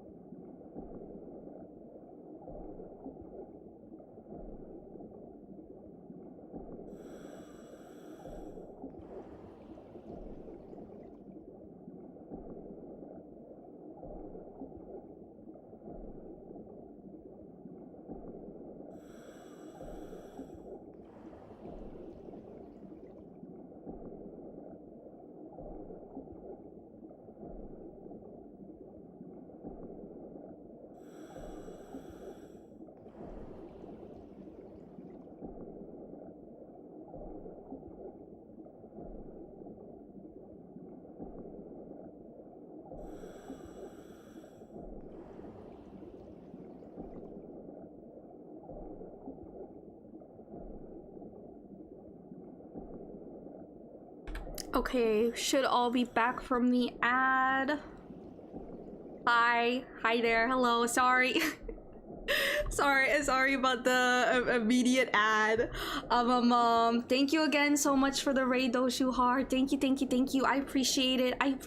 I hope you had a wonderful stream. You said you were gonna go feed your cats. I hope your cats have a yummy and delicious meal. Yeah. Thank you again so much for the raid. Hi raiders, hi. I have greetings for you. These are greetings from the Voyager spacecraft in 55 different languages from around the world. But hi, hello, I'm Dizzy, your local eldritch creature who does a little bit of a lot. I'm an alien face iron and a symbiont just trying to find my place in this big ol' universe. Here on Twitch though, I play a lot of visual novels, RPGs, action adventure games. a little bit of horror, and then I also stream as well some writing, art, and ASMR. And today we are forsaking our most beloved of Halloween, our most beloved of Halloweens, for to celebrate World Octopus Day, Day. So we're playing some Endless Ocean Luminous. It's a very chill, a very comfy, a very relaxing game. Where basically we're swimming around, and we're scanning fish. We're scanning lots and lots of fish. We're on the hunt for an octopus. We're on the hunt to see an octopus. We've seen a few cephalopods so far, but no octopus yet. No octopus yet. So far, we've seen a big fin reef squid. We've seen a common cuttlefish. We've seen a few extinct cephalopods. So we've seen an ammonite and a belemnite. And that's been about it so far. But we're on the hunt. We're on the hunt for an octopus. To celebrate World Octopus Day. But yeah, thank you again so much for the raid. And again, I'm very sorry that y'all got immediately dropped into an ad. That's no fun at all. Yeah. So let's keep looking.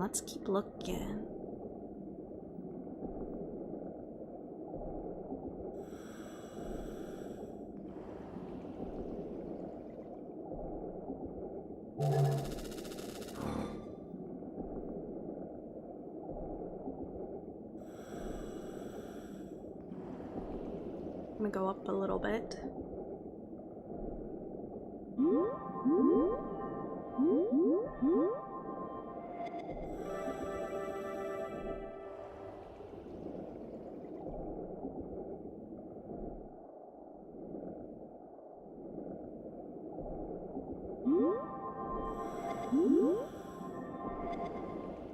Halibut.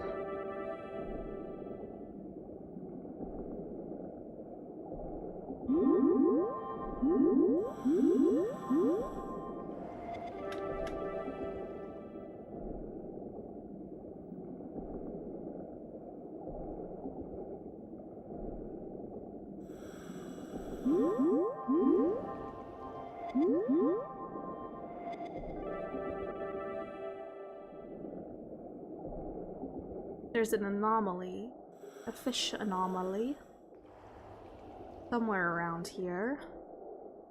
Hi Ray, hi, welcome on in, hi. I hope you're having a great time zone. Here it is. Blackhead sea bream. Just got 3 more to find.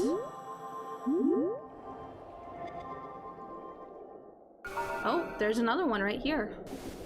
2 more.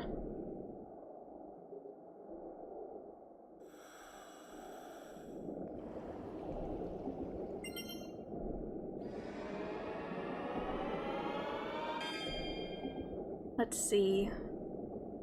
As you approached the ancient disc, it felt as though someone's voice, coming from a long ways off, was echoing inside your head.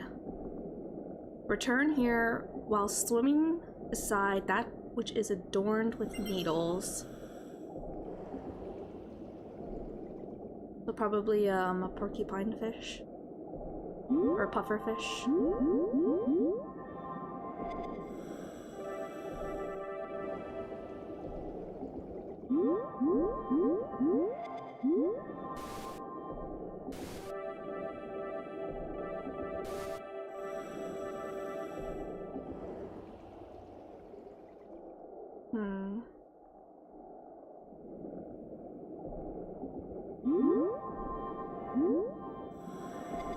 Not gonna be halibut.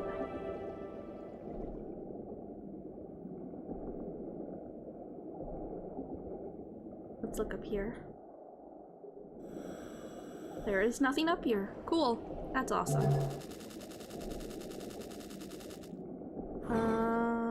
Let's go this way.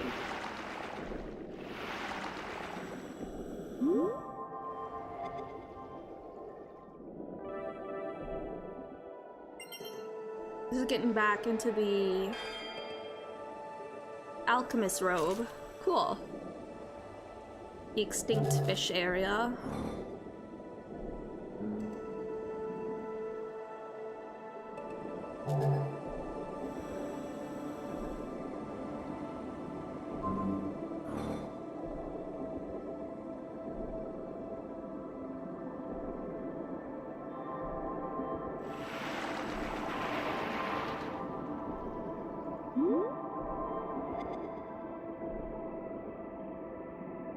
Temnodontosaurus.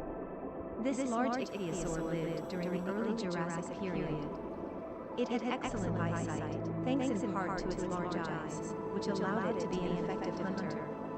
Despite its considerable size, estimated to be as much as 9 meters in length, it was able to swim at very high speeds. Combine this with its mouth filled with many conical teeth, and it becomes likely that this creature was one of the top predators of its time. Wow. Oh, here's an ammonite. That's what an ammonite looks like. They're extinct, though.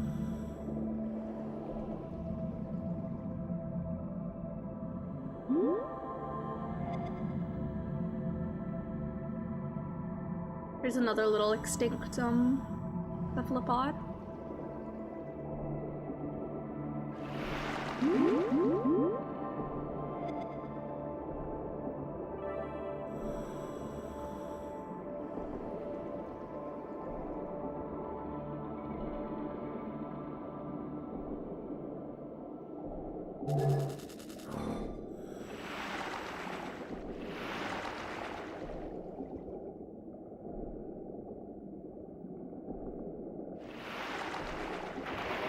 Let's go check up here.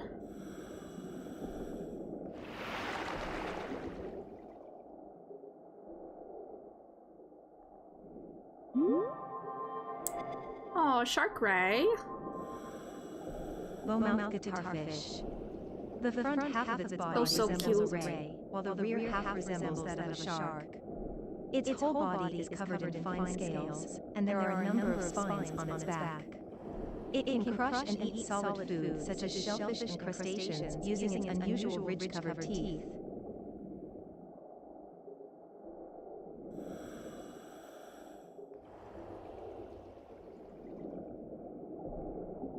Shark rays for a really long time.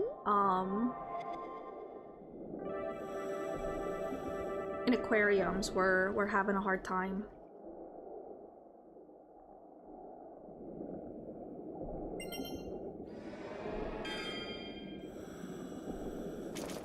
Like in terms of breeding them, because they're quite I don't know what their threat level is actually off the top of my head.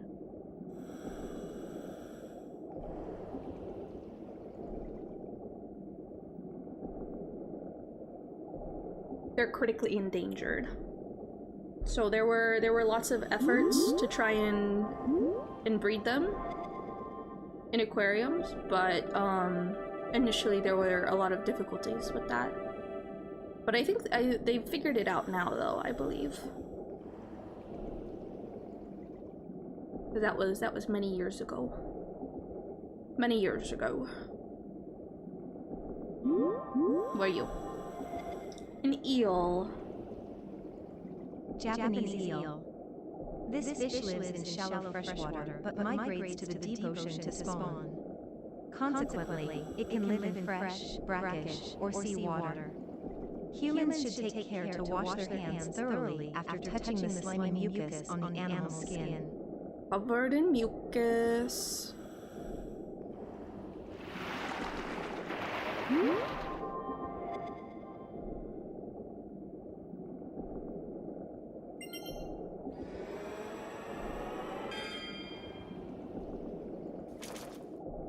Let's see, where haven't we...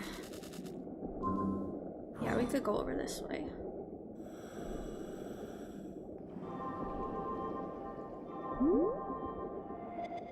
Coelacanth.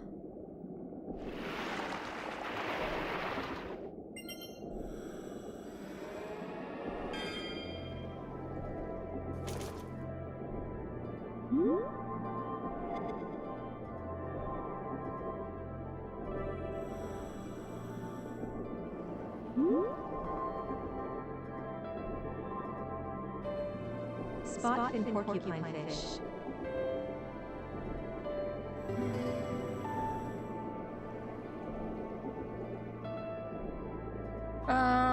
Let's see if we can go back.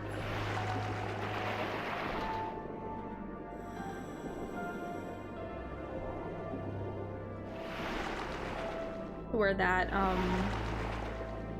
stone was.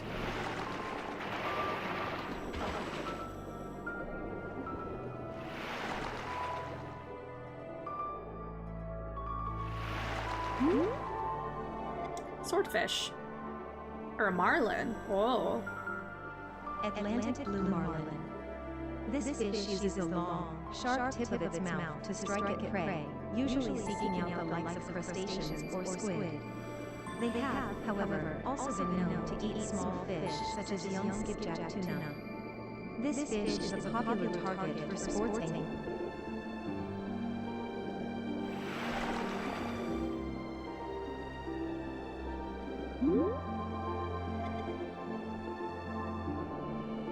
Some more big fin reef squids.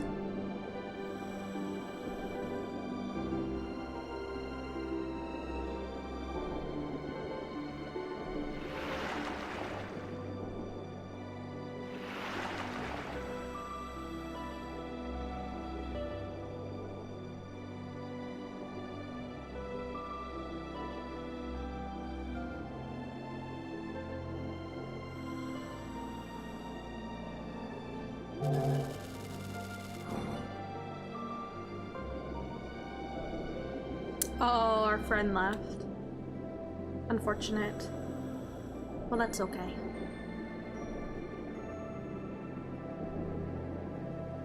It was a distraction anyway from our real mission, which is to find an octopus. There's a sailfish.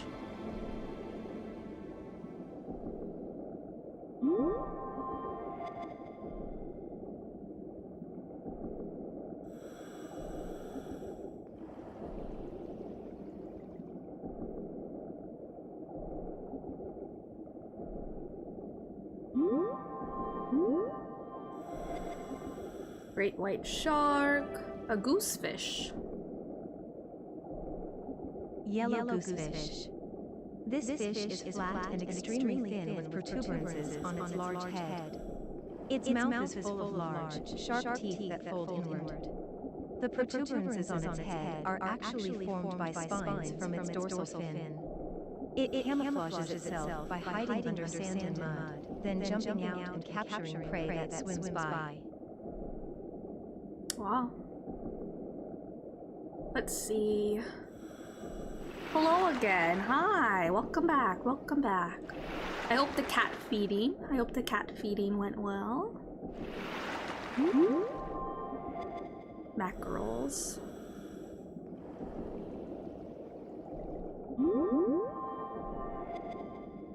Shrimp. Moray.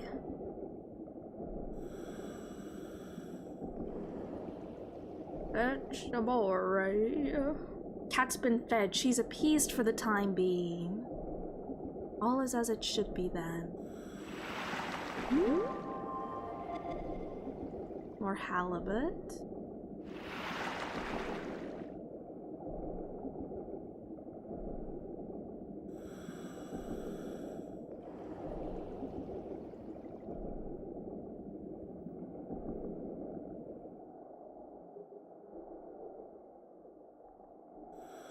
What's this game? Looks kind of educational in a fun way. So this is Endless Ocean Luminous.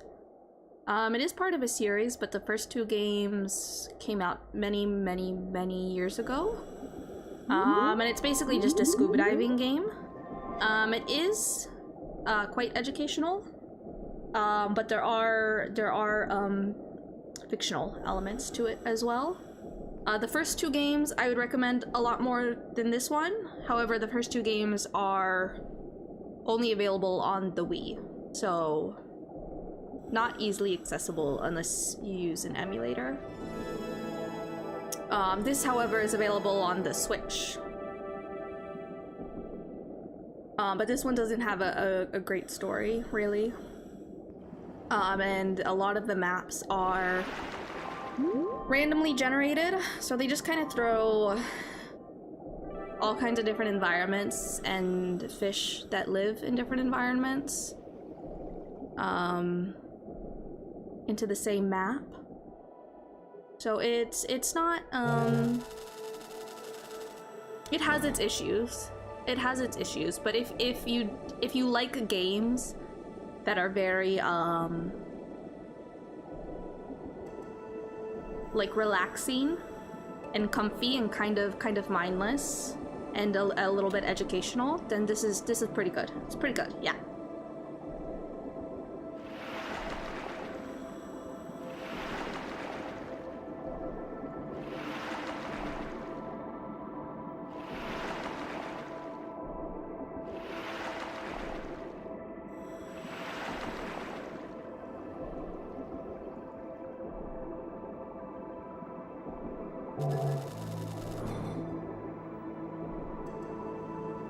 Go this way.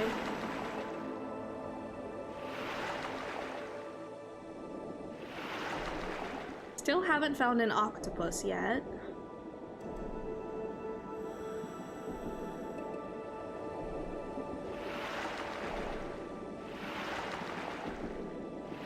Which is a travesty on World Octopus Day.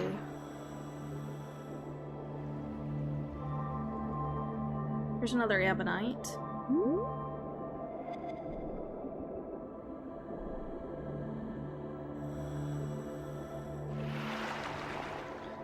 Probably not up my alley, but it does seem quite relaxing to watch. Yeah.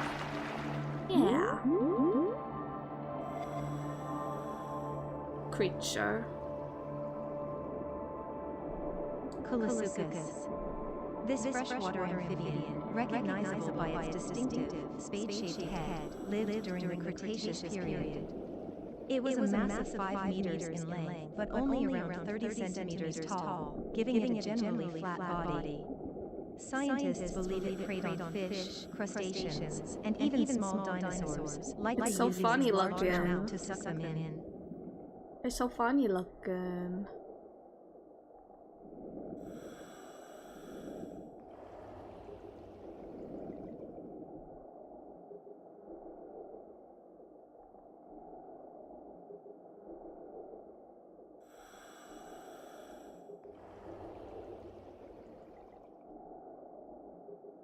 Alright, we got a shipwreck here. There's another moray.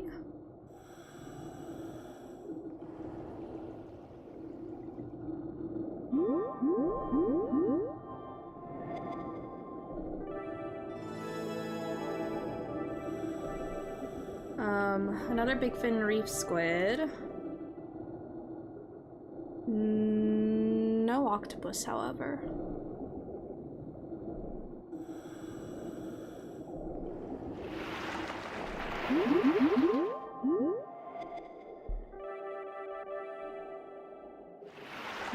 Can scan the orca.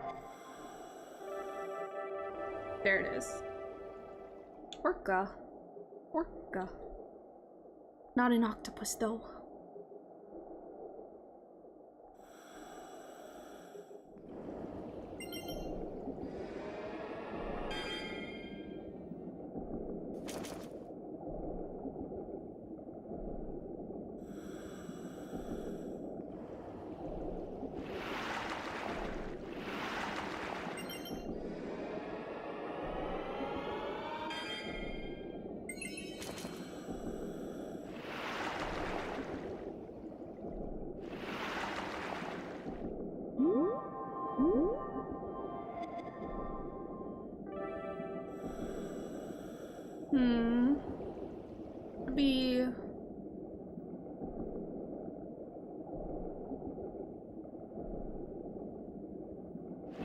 Is it you? Are you the anomalous fish? No, you're not.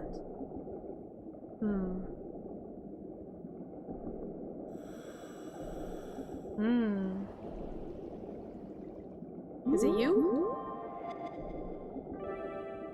No. Is it you? It's you. creature. Okay, just one more to go. Let's go up this way. Yeah.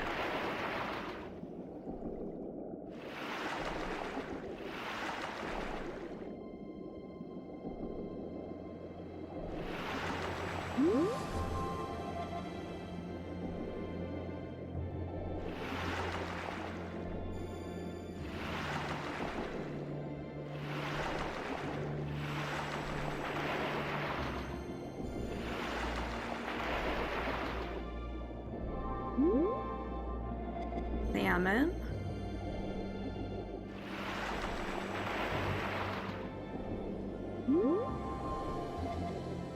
Come here. This monster sailfish is a top fisherman throughout the South Pacific. He is sly and ferocious and swims several times faster than any normal sailfish. Some fishermen tried to catch this monster, but they fell victim to his attacks.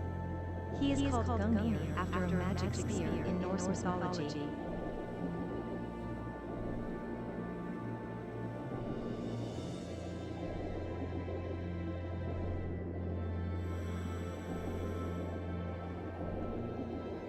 All right.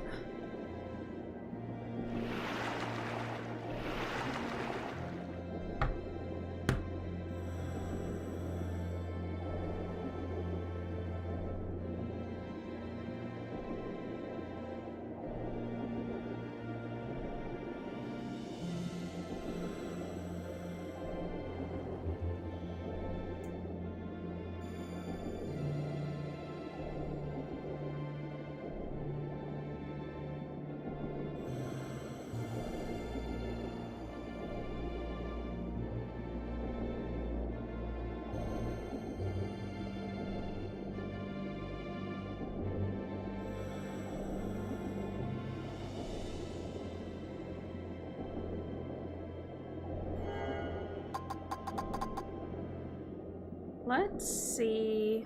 A level scan. Scan this creature first.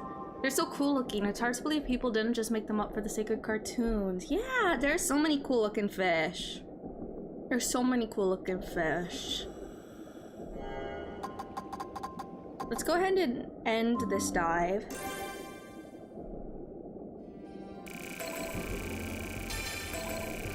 And we'll go see if we can find an octopus or two.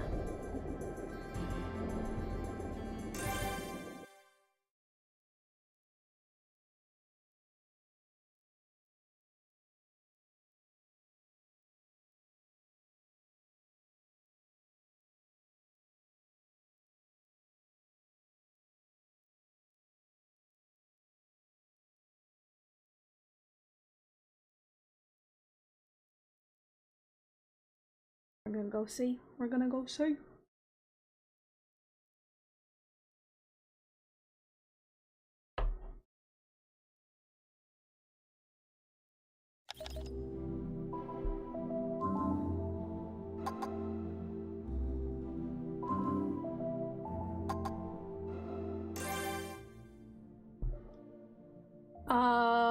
Okay. So this is a spreadsheet that somebody made. All of the different creatures. Bye, Dis. Bye. Bye, bye, bye. Thank you so much for hanging out. Thank you so much for hanging out. I hope you have a great rest of your time zone. I hope you have a great rest of your time zone. So this is a spreadsheet somebody made. All the different creatures in the game. So we're gonna go ahead and enter into one of these to find an octopus.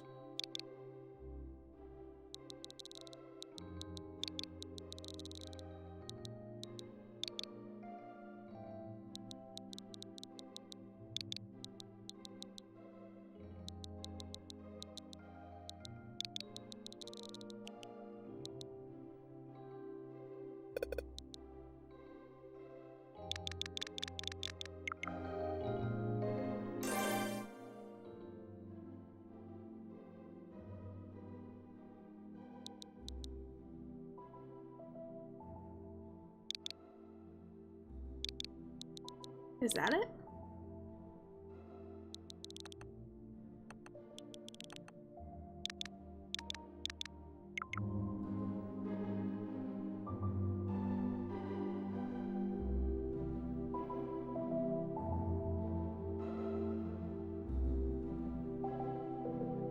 Hold on, let me see.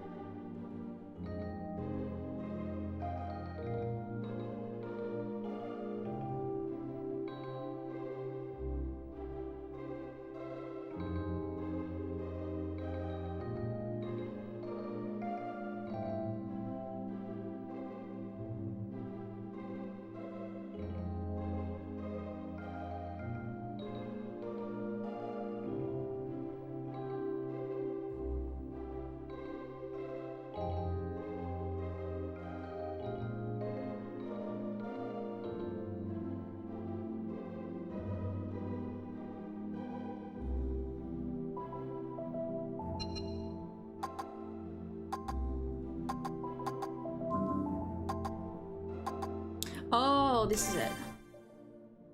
I was in the wrong place.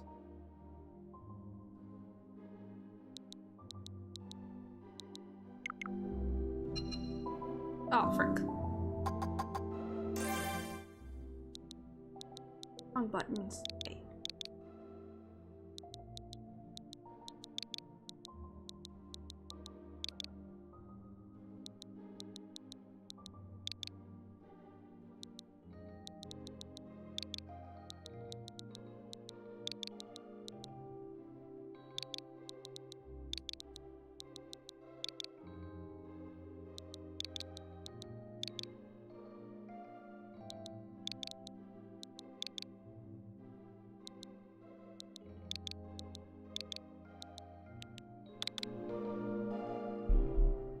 All right, let's go see if we can find a little Dumbo octopus.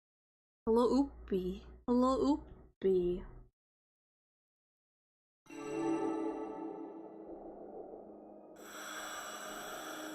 Little oopie.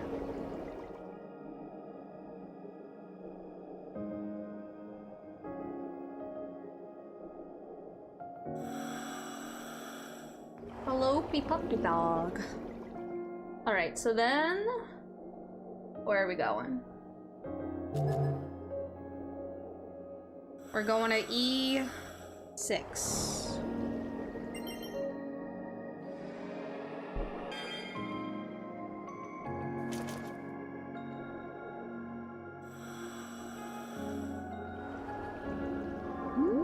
Getting some fish on the way there.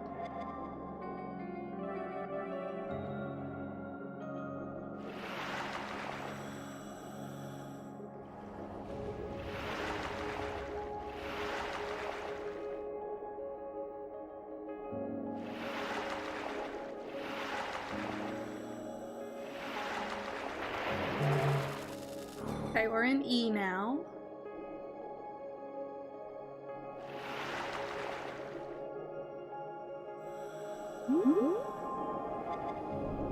Yellowtail.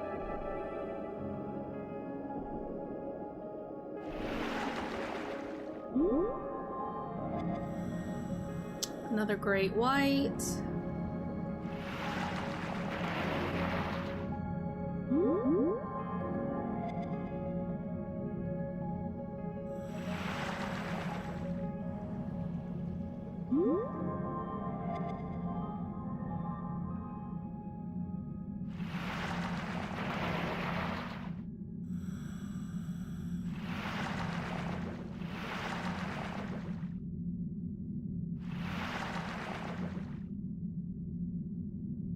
Oh, would you look at that? Here we have a giant squid, which is not an octopus, but is a cephalopod.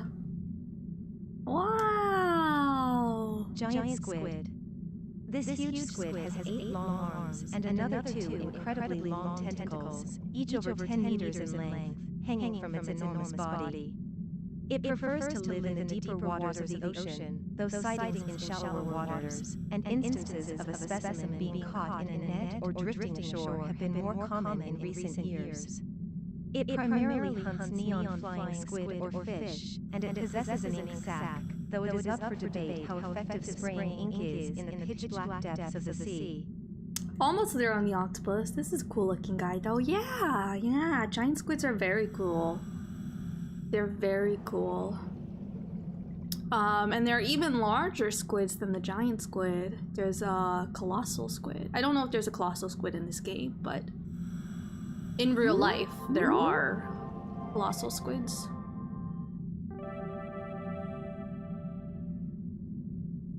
All right, down we go.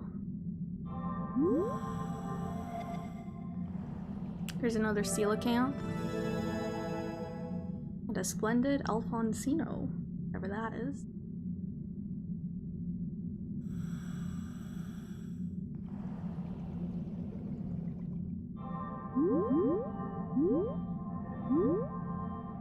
Oh, creature. Long-nosed lancetfish. Long-nosed lancetfish. This fish is long and slender, and it has a large mouth with sharp teeth. It has a fleshy protrusion to the rear of its dorsal fin, known as the adipose fin, whose function is unknown. It is very soft because a large portion of its body is made up of water. Full of water. Here's a diamond squid. Your target when you're close to one. That's cool. Diamond squid. This squid has a bright red, spindle-shaped body and spends most of its days deep underwater, though it may come nearer to the surface at night. Its eyes are not protected by any kind of membrane, meaning they are directly exposed to seawater. During its spawning season, this species lays egg masses wrapped in a gelatin, and the resulting births can number in the tens of thousands.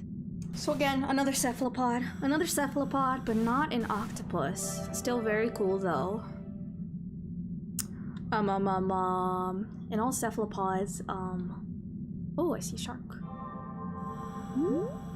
Hi, Thanatos. Hi. Thanatos. This enormous great white shark is feared throughout the Aegean Sea, where it is seen as the embodiment of evil and violence. It actively attacks people and boats, tallying numerous brutal incidents. Its many scars are proof of the countless battles it has fought, and it has cunningly evaded all human attempts to ensnare it. This creature is a monster born of years of ferocious fighting that can be seen all over the world, but only rarely. It's not very rare in this game. You see them all the time. You see them all the time. So we're getting a little 2 out of E. But all cephalopods have copper-based blood. What is this? A megamouth shark! Wow! Megamouth shark. As the name suggests, it has a large head with a gigantic mouth. It spends the day at depths of several hundred meters before returning to the surface during the night. Although it was discovered in 1976, it is rarely captured, and so there is still much that is not known about this shark. They made it so funny looking. Low poly megamouth shark? Wow. But so cephalopods, rather than iron-based blood like humans have, they have copper-based blood. So their blood is blue-green. Horseshoe crabs also have copper-based blood, and horseshoe crabs as well have a special chemical in their blood. I believe it's called LAL or LAS. That is often used to test medical equipment, as well as medications and stuff. And so a lot of horseshoe crabs get gathered up, and then they are bled, and then they are released again.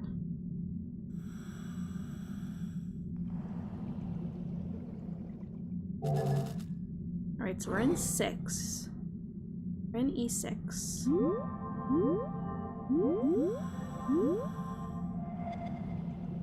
Oh, we got little giant isopods here. They're pretty cool, pretty cool. There it is, there it is, a little oopie, a little oopie. A little Dumbo octopus, there it is. There it is. Wow. And then we have a jewel squid, a flower vase jewel squid. Wow. Flower vase jewel squid. This squid lives in the deep waters of the ocean and has bioluminescent organs all over its body. Its left and right eyes are different sizes, and it typically swims with the larger left eye angled upward. It is believed that the left eye, which has a yellow lens, is capable of detecting creatures that would otherwise be camouflaged, while the smaller right eye is used to search for prey below. This species appears to be prey to sperm whales, based on how often it is found in sperm whale stomachs. And so those bioluminescent organs, those are called photophores, which is different from the color-changing cells that cephalopods have, and also like chameleons, which are called chromatophores. Okay, let's learn about the Dumbo octopus. This octopus uses its fins, which resemble large ears, to move slowly through the deep reaches of the ocean. Its entire body is slightly whitish, though it has a reddish tint on its ears and arms.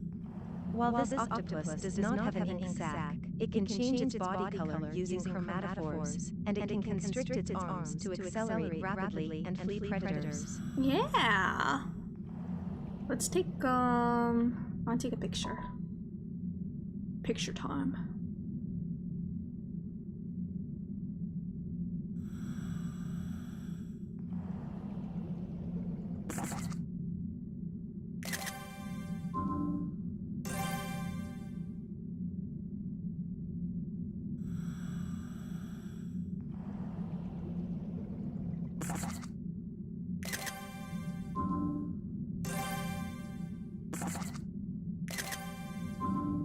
Alright.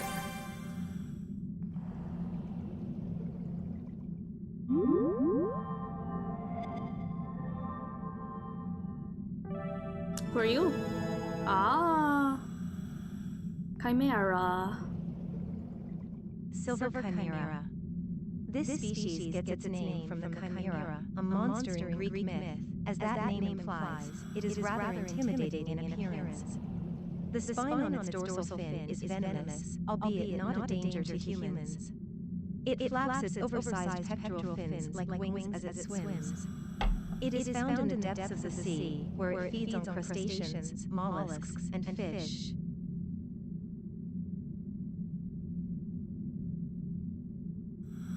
Yeah, I'm pretty sure chimeras are cartilaginous fish. I'm pretty sure they're closely related to sharks, skates, and rays.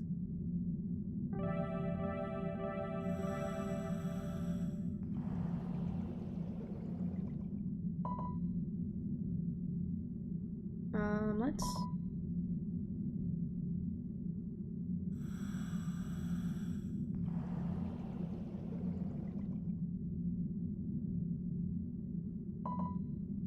Healthy.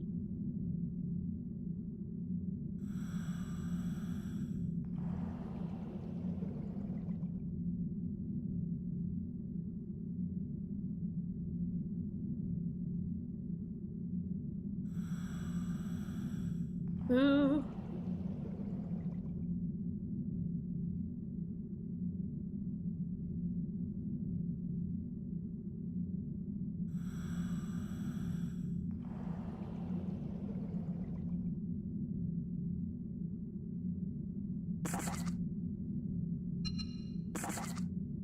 Save that.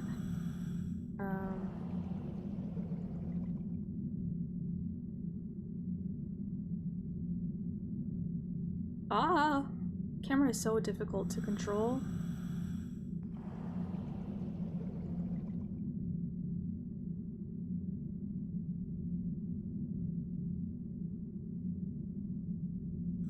Oh my goodness. Ah!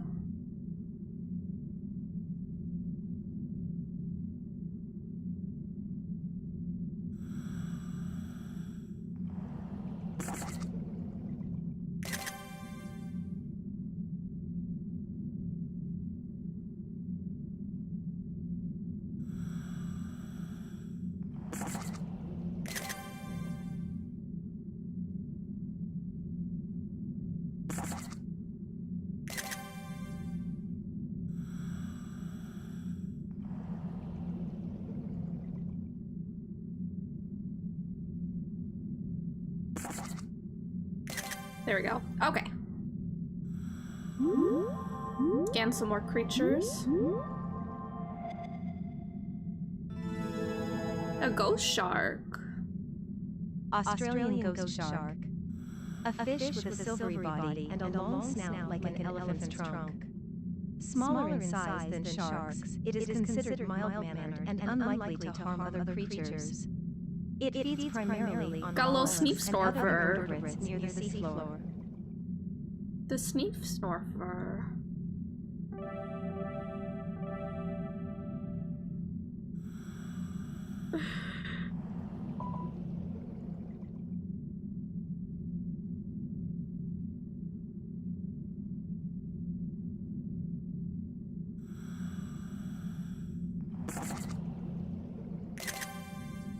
Low poly megamouth shark can't hurt you. Low poly megamouth shark can't hurt you.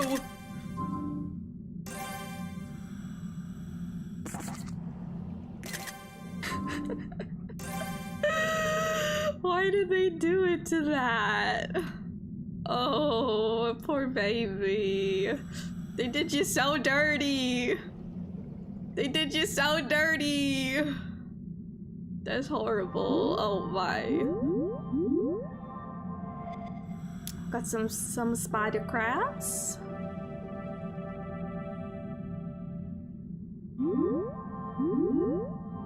He's giving, yeah, exactly. Oh, an anglerfish. An anglerfish. Anglerfish are pretty cool. So the way that anglerfish like mating works is the males are much smaller than the females, and they will basically like glorp right onto the sides of an anglerfish and like fuse into the flesh. It's very body horror. It's very body horror. And so one female anglerfish, I think the record is to have six little guys fused to it, attached to it. It's very fascinating.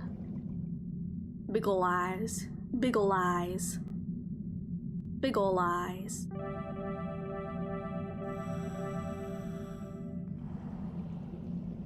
Oh, and it looks like we have a hydrothermal vent here. Hydrothermal vents are very cool.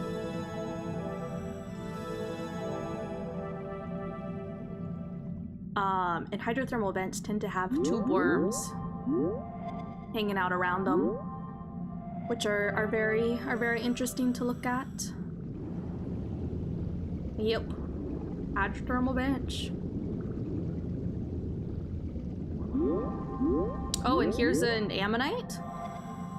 Yeah, sure, just throw an ammonite right on down here. Why not? Why shouldn't you? Just throw the extinct creatures down here too. That's fine, game.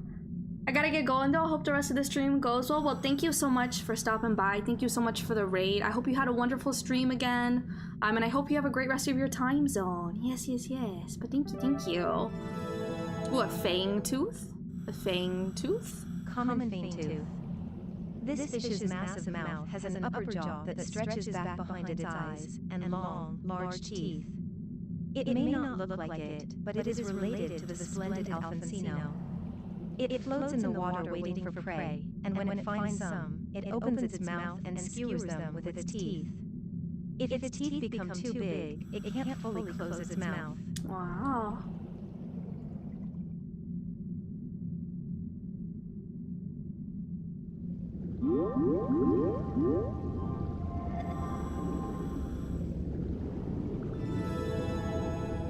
A young ribbonfish?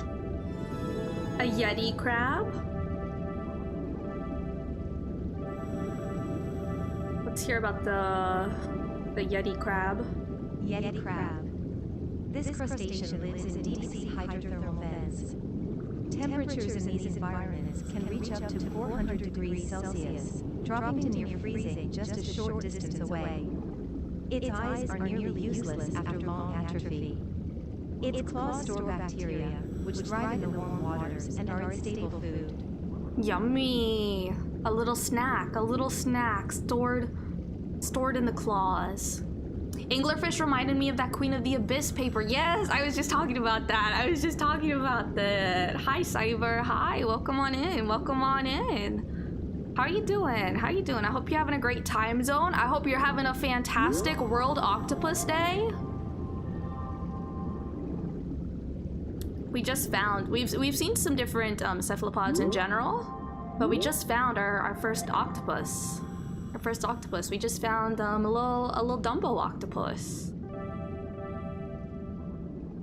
A little Dumbo octopus. Let's see.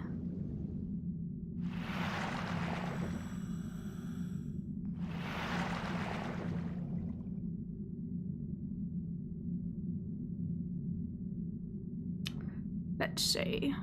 Where are they?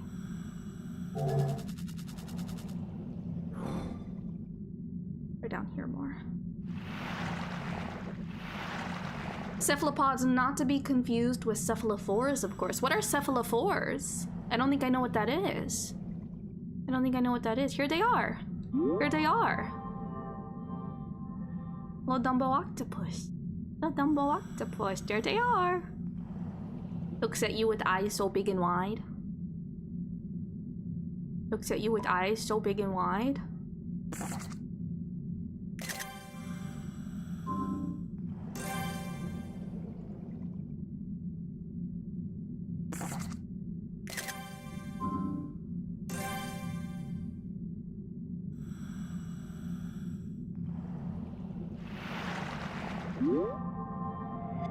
Who are you?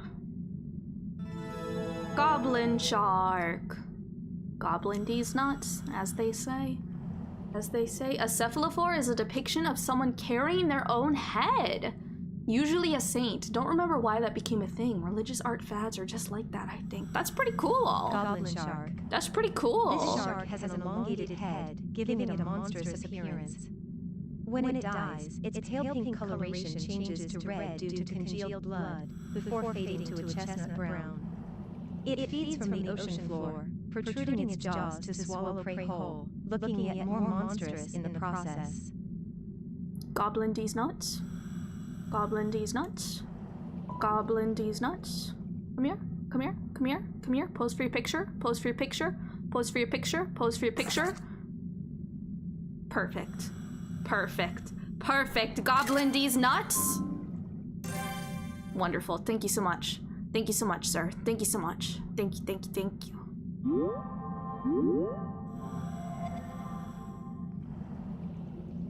Although now I'm just thinking of Masayoshi Takanaka's Rainbow Goblins album. I don't think I've heard that before. I don't think I've heard that before. A fan fin. I don't know what this is. I've never heard of a fan fin before. Fan fin. Known for its elongated, thread-like fins, it also has long protuberances on its head, but these do not emit light. The male's body is extremely small, only 1/10 the size of the female's. Oh! Part of the reproductive process of this species involves the male biting onto the female and fusing with her, eventually being absorbed by her body. Wait, so is this an anglerfish? Is a fan fin just a male anglerfish? Is a fan fin a male anglerfish?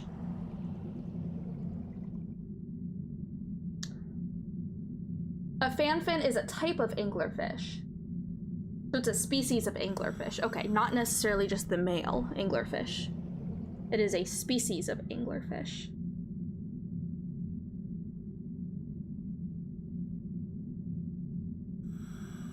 And this is the species of anglerfish that has the parasitic male. So I wonder, do all anglerfish have?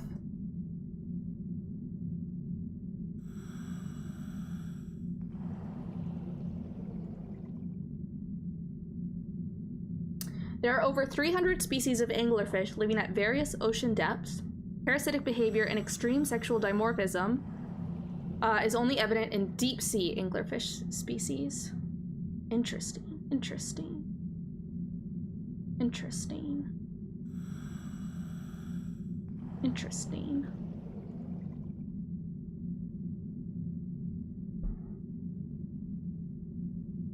Wow, what's this? Oh, it's a whale fall. Oh my goodness, that's so cool. Why did they make the deep sea area the coolest part of this game? What the heck? What the heck? Skillfish. Oh, a large creature. Are you just another giant squid? You're a colossal squid! You're a Kraken Junior. Oh.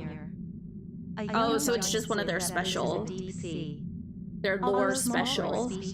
Giant squids. Large eyes are still impressive I see. when seen up close. Considering its surprisingly short lifespan of no more than 5 years, it's both impressive and a mystery how it can grow to be so large in such a short period of time.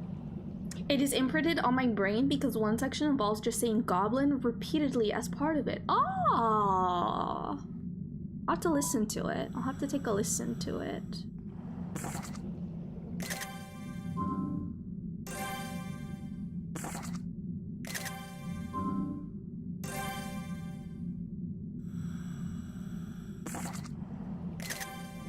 I like the way the eye moves. It's very like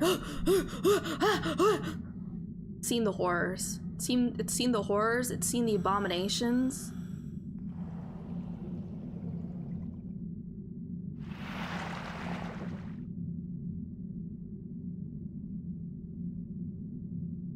So we do have an ad break coming up in just a few minutes. We take a 3-minute ad break once an hour, every hour, to keep the pre-rolls off for everybody coming in. The ads also do help support me just a little bit monetarily. During the ad break, if I'm aware that there is an ad running, I do my best to stop whatever I'm doing, whether that's playing a video game, or yapping. And in that time, I encourage all of you to do whatever you need to do to take care of yourself, whether that's getting up and walking around, going for a stretch, going to the bathroom, getting something to eat or to drink, switching laundry over, taking meds, whatever it may be that you gotta do to take care of yourself. Before we go any deeper, actually, we still have 2 minutes. I'll switch us over in time. If you don't want to see any ads, you have a few different options. You can always install oh, lava. Huh. Well, would you look at that? Will this kill me? Can I touch it? I touch it.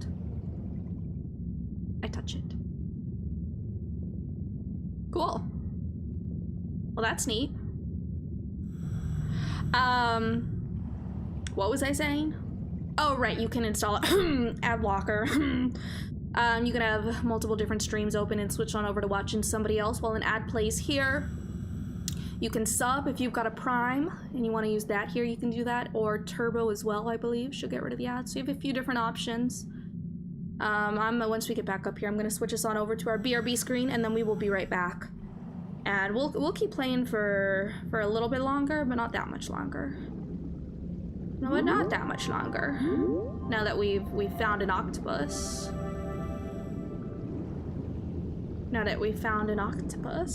So I'm gonna go ahead and switch us on over. We can listen to the nice, wonderful sounds of the hydrothermal vents while the ad runs. So we will be right back in maybe 4 or 5 minutes or so.